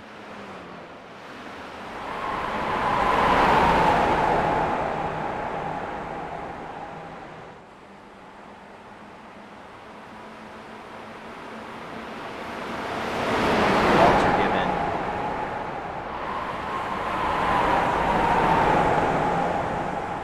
Carl just a little bit of a push that he needed there. Edwin's going to shuffle all the way back to 4th now, with Jeffrey Decker still just kind of waiting in the wings. Let's ride on board with him. He's clearly got the best view in the house right now. Where do you make your move? This is it. Last set of technical turns there, and then we're going to be going down the hill. And I don't know. I don't envy Carl at the moment, to be honest with you, because this is where a lot of passes happen. See how good of a run they're willing to get after this left turn right here. Nope. Sorry. That one right there.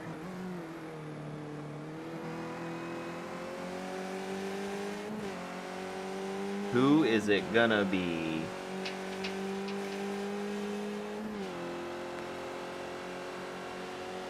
Carl trying to break the draft. Walter won't matter for him. He's gonna get side by side.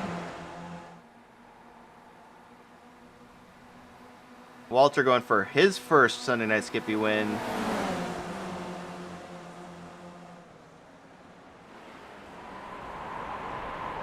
Gonna send it just a little bit wide. Gonna lose the momentum. Able to maintain on the track, but that's probably gonna do it. Unless something crazy happens here. Oh, Edwin's on the inside. He's able to do it. They're gonna touch twice. Walter.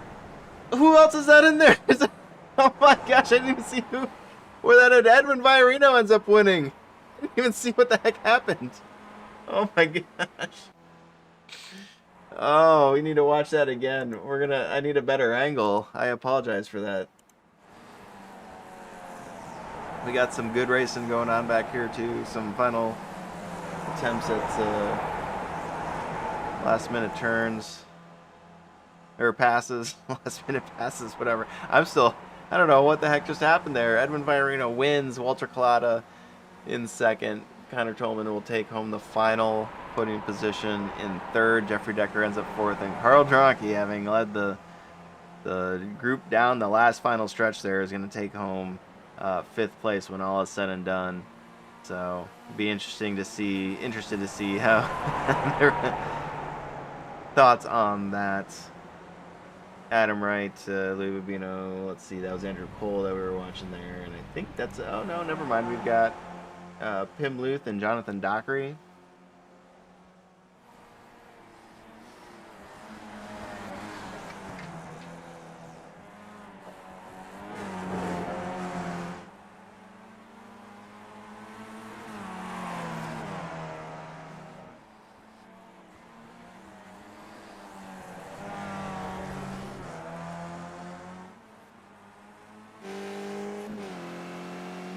And it looks like Jonathan's going to be able to make a nice run, leaving Pim with no options there.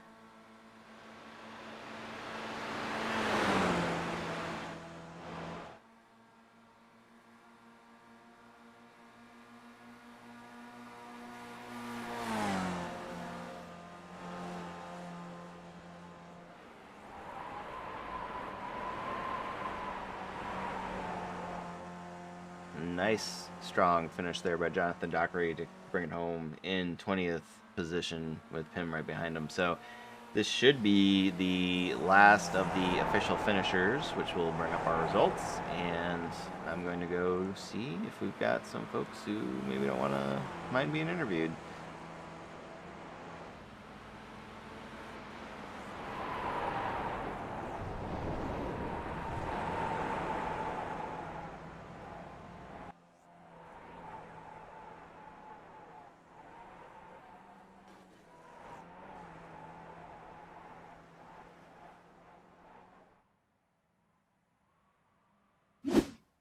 All right, so congratulations once again to Edwin Viorino very close one there. We're going to take a look at the finish once again, just to get a better look at it. Maybe a chopper view, see exactly what happened there. But Walter Collada, Connor Tolman, and Jeffrey Decker, Carl Dronke will be your top 5 finishers there of that first group. And we will scroll through the remaining drivers. Congratulations to everybody for yet another great race. Some heartbreak, some victory, a little bit of everything.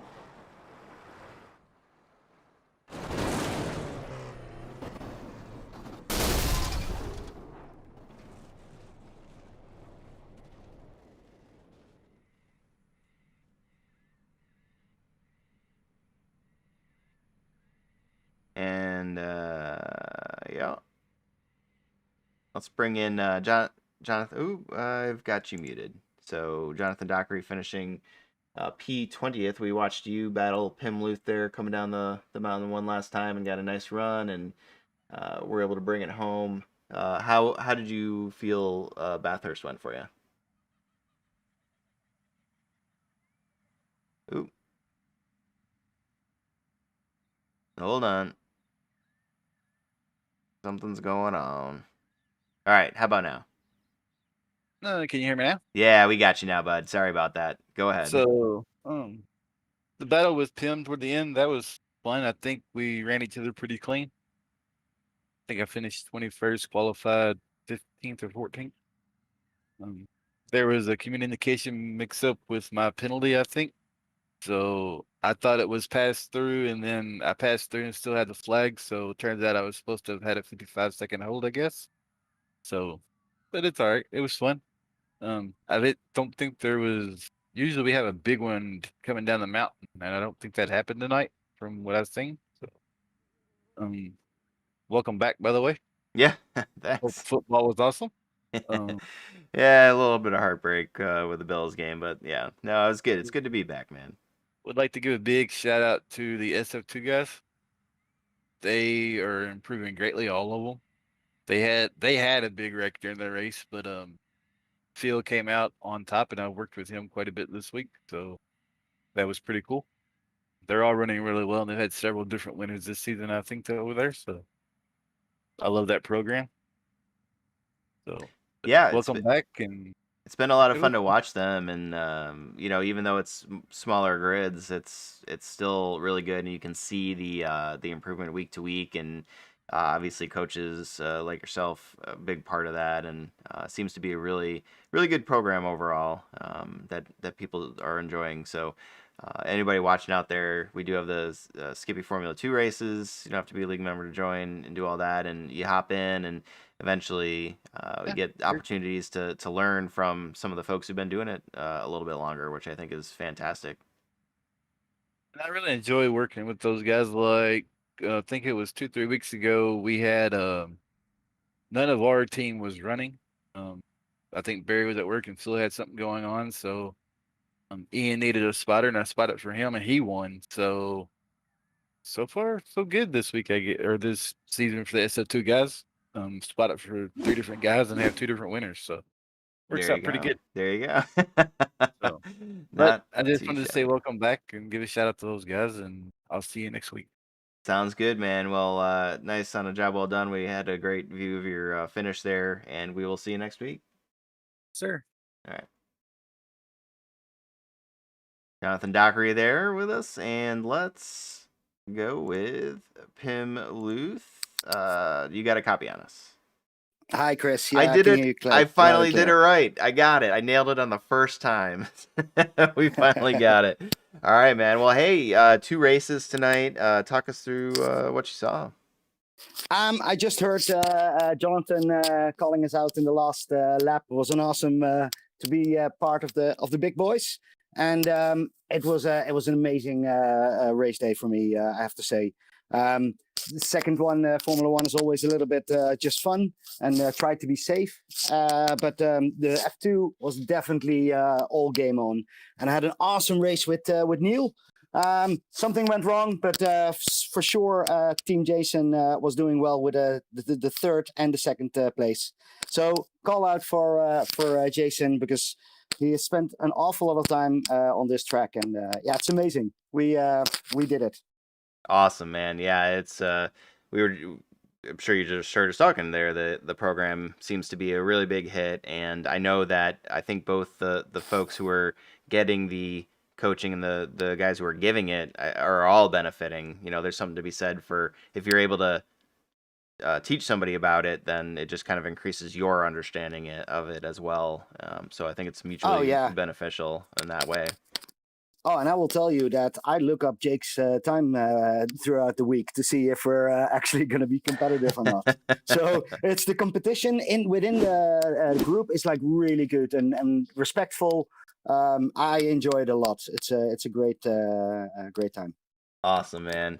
Well, hey, nice runs for you tonight, and we look forward to seeing you next week in the well, in both races, but yeah, certainly the Formula 2. We get to focus a little bit more on everybody, just because there's Definitely, less people. definitely. So Well, thank you for the broadcast. That's always one of my favorite things. Right after the race, I'm going to be having a look at it. So really curious. Thank you very for that, good, and very good. and thanks for all the admins because they're not always called out.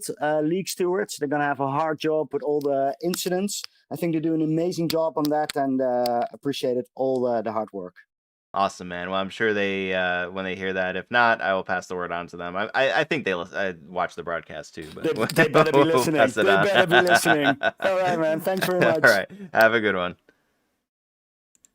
All right, that was Pim Luth, and now we've got Peter Lee, who we were able to ride along with, I think for a little bit at least, in the Formula 2 race. But welcome back to the booth, Peter. Hi, Chris. Yeah, great to be here. And it was great to hear Jonathan and Pim there, because Pim and I have just been having a blast in both the F1 but also the F2. All hail Jason. Yeah, so another Jason disciple. I mean, do you have anything? Pim obviously sang his praises right there. Is what specifically out of that are you finding beneficial? Well, Pim and I are helping each other out a lot. We're competing, like today's race, Pim had just all the pace. He took pole. He was a good second, maybe second and a half up on me, every lap. But we just talk each other through it, and we really help each other. Jason just just combs through our VRS traces and just picks us apart, gets us to improve, and it's just tons of fun, and we're both just improving like by leaps and bounds. That's very good, man. Yeah, well, I mean, even your Formula One race, we obviously don't get to follow everybody too closely, but you ended up 4 spots, if I'm not mistaken, from where you start, which kind of, for me, that's kind of one of my judges of how the race went for me, like where I start versus, kind of where I finish. And, for the different styles of races between the Formula 2 and the Formula 1, do you attack it any different way? Because sometimes the number of pit stops may differ by one, or just the sheer amount of cars that are on the grid. Like, or what's your mentality going into the Formula 2 versus the Formula 1 races? Yeah, since Formula 2 for us is, closer in, like I needed more fuel for the Formula 1 because I was by myself more, and Mm, I didn't have the draft. And Formula 2, all of us, like every single person in Formula 2 has a chance to win every week. And so there's more pressure. And like today, the track temperature was like 104 degrees, something right, crazy. right. And it was just, it was white knuckle for those first few laps. Awesome, man. Well, do you have anybody else you want to give a shout out to before I let you go? Well, just there was. I felt bad.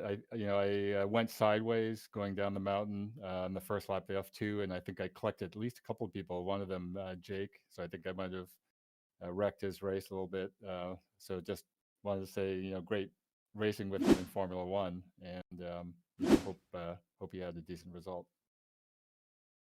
Very good, man. Well, hey, nice running tonight, and we look forward to seeing you next week. Good luck. Great, thanks.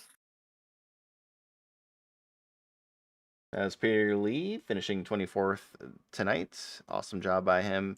And we'll bring in one person that I will now unmute. I still gotta fix that, man. I don't know what the heck's going on, but Connor Tolman able to work out to a couple really sizable leads throughout the evening. But I'll tell you what, when you've got a field like this, no lead is safe, which was kind of proven tonight, and ultimately able to sneak out with the podium spot. But I'll tell you what, the five of you coming down to those last final laps, I mean, there's no way I could have picked who. Bunch of fast drivers, very capable. So once Edwin, I think it was, who was leading when they caught you, like, what was going through your head once that happened?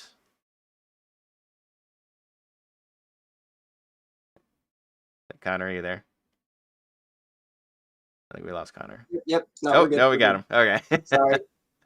Well, I made a mistake on the final pit stop and took about a half liter too little. That's why they caught me so quick, and that's why I was just kind of hanging out behind them. Gotcha. Okay, that makes sense.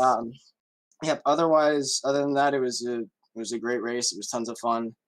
Yeah, I guess just for next week, I got to put enough fuel in the car. I mean, that seems to be the thing. We have the unofficial team running on empty. I think you may have secured your spot there if you hadn't before. So, you know that. But what I was saying earlier is, you had worked out to that initial lead even earlier in the race. But the thing with 2 pit stops is, not everything's on the table at that point. There's some strategy, there's mistakes that can happen, there's incidents, like you get those little things that can accrue over time, and you know, it's just tough. You got to be to win one of these races is very, very difficult. You know, it sounds simplistic, but you really got to be on your A game because you know everybody else is. So yeah, one little half liter there, which normally wouldn't probably be a big deal, but yeah, that's tough. Yeah, I mean, the big problem. Well, I say problem, but the big one of the biggest pieces about tracks like this with at least one long straight is if the people behind you are smart and know how to drive in a pack, they will catch you. It doesn't matter how far away you are, they will catch you because they know just as well as me or whoever else is in the lead that they're going to catch them if they can just play musical cars and work their way up. So it's one of the frustrating things about the Skippy, but then again, it's also one of the great things because even if you are a couple seconds back and you have a draft buddy, you can pick up to that lead pack. So Yeah, exactly. It stinks when you're in the lead, but it's nice to know when you're when you're in that backpack. Yeah, that the race ain't over. It ain't over till it's over. So, hey man, but any day you can walk away with a podium, I think is good. So. Yeah. It was it was solid all race, and totally the fact that you took less and were still able to save enough, you know, basically let the pack catch you and then save enough to make it there toward the end to stay on the podium. That's some next level mental stuff right there, I think. Yeah, it was challenging. I mean, I started sputtering coming out of the second to last corner, and when I was coming out of the last corner, Jeffrey actually pushed me across the line. So you know, thanks to Jeffrey for helping me out with that. Gave me that right. last little tap, and that's what I needed to make it across the line. So you know, it's just one of those things. Half a liter. There you go. That's Well, all it is. he was doing the charity race with us last night, and you know, the draft racing, pack racing. So maybe he just had that in his mind with the Yep, the yeah, little no, bump draft there. it That's is funny. racing on tracks like this that are just draft fests are incredibly similar to driving on an oval. The mental game required to figure out what to do coming onto that last lap. Like, do you want to be in the back? Do you want to be in the middle? Do you want to be right at the front? It's track dependent, and then it's also group dependent. You have to know who you're racing. You have to know what or you have to try and figure out what they're gonna do to know what you should do. So it's all more challenging than it seems. It's not Yeah, just no, driving. absolutely. And I think being able to race in the league where you're racing the same folks week in and week out has its benefits. But then at the flip side of that coin, similar to what we were talking about earlier, now you're more familiar, so you kind of learn each other, which it can be a double-edged sword. So you know them, but they also know you. So yeah, I think each week the competition just gets stiffer and stiffer. It's a lot of fun to watch, and throughout the field, when you guys go back and watch, I think you'll see there's some really great battles throughout, and mid-pack, backpack. So I think that's happening throughout the grid, which is really fun to see. It's a phenomenal league, and the competition is very close. I mean, you go to the qualify times, and the difference between first and 13th is just around a second. So there's a lot of room. I mean, I'm looking at the qualifying times right now, and Jack Moffitt and Carl Dronke, they qualified within 2 thousandths of each other. Like there's especially on tracks like this, it's just there's no room for error in qualifying, because if you do, then all of a sudden you're down 5, 6, 7 spots on the grid, and chances that you lose that lead pack in the first couple laps is very high, and then you're stuck with the rest of the people around you battling for 5th or 6th. Not that 5th or 6th is a bad position to be battling for, but it's just Yeah, no, absolutely. Yeah, and to your point, I mean that margin of lap times for a track this size is incredible. So yeah, definitely goes to the point. Well, anyway, man, hey, you're our last guy. I think there's some we're gonna have some hurt feelings reports being filed here. I don't think there was a ton of people wanting to come in the interview booth, so we appreciate you coming in. But any last shout outs that you want to give before we let you go? family, as always, guys in the league, everyone that makes this stuff happen week in and week out. It's just, it's part of my life. I know it's part of everyone else's. It's Sunday night. Like family members are like, oh, Sunday night I get to watch so and so race, and we get to race, and you have to broadcast. But Right. it's all good things. But yeah, thank you very much for bringing me in, and I will see you next week at Mosport. Sounds good, man. Yeah, I'm looking forward to that one. I know it feels like most tracks nowadays are kind of split, but I think we had a pretty good race there last time we went. So I'm looking forward to it as the guy who gets to sit there and talk about you guys racing.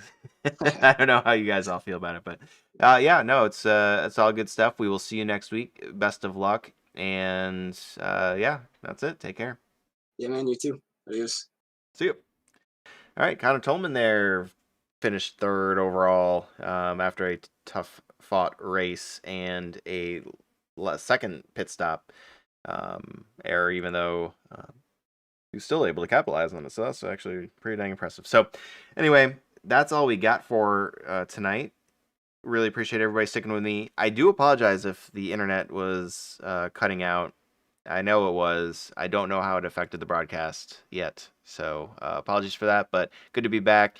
Looking forward to seeing everybody here next week. Once again, I do not have any scheduled absences, at least for the remainder of the season. So you all can plan on joining us here every Sunday night at 9. Well, actually, for the Sunday night or for the Formula 2 races, around 8:15 p.m. Eastern.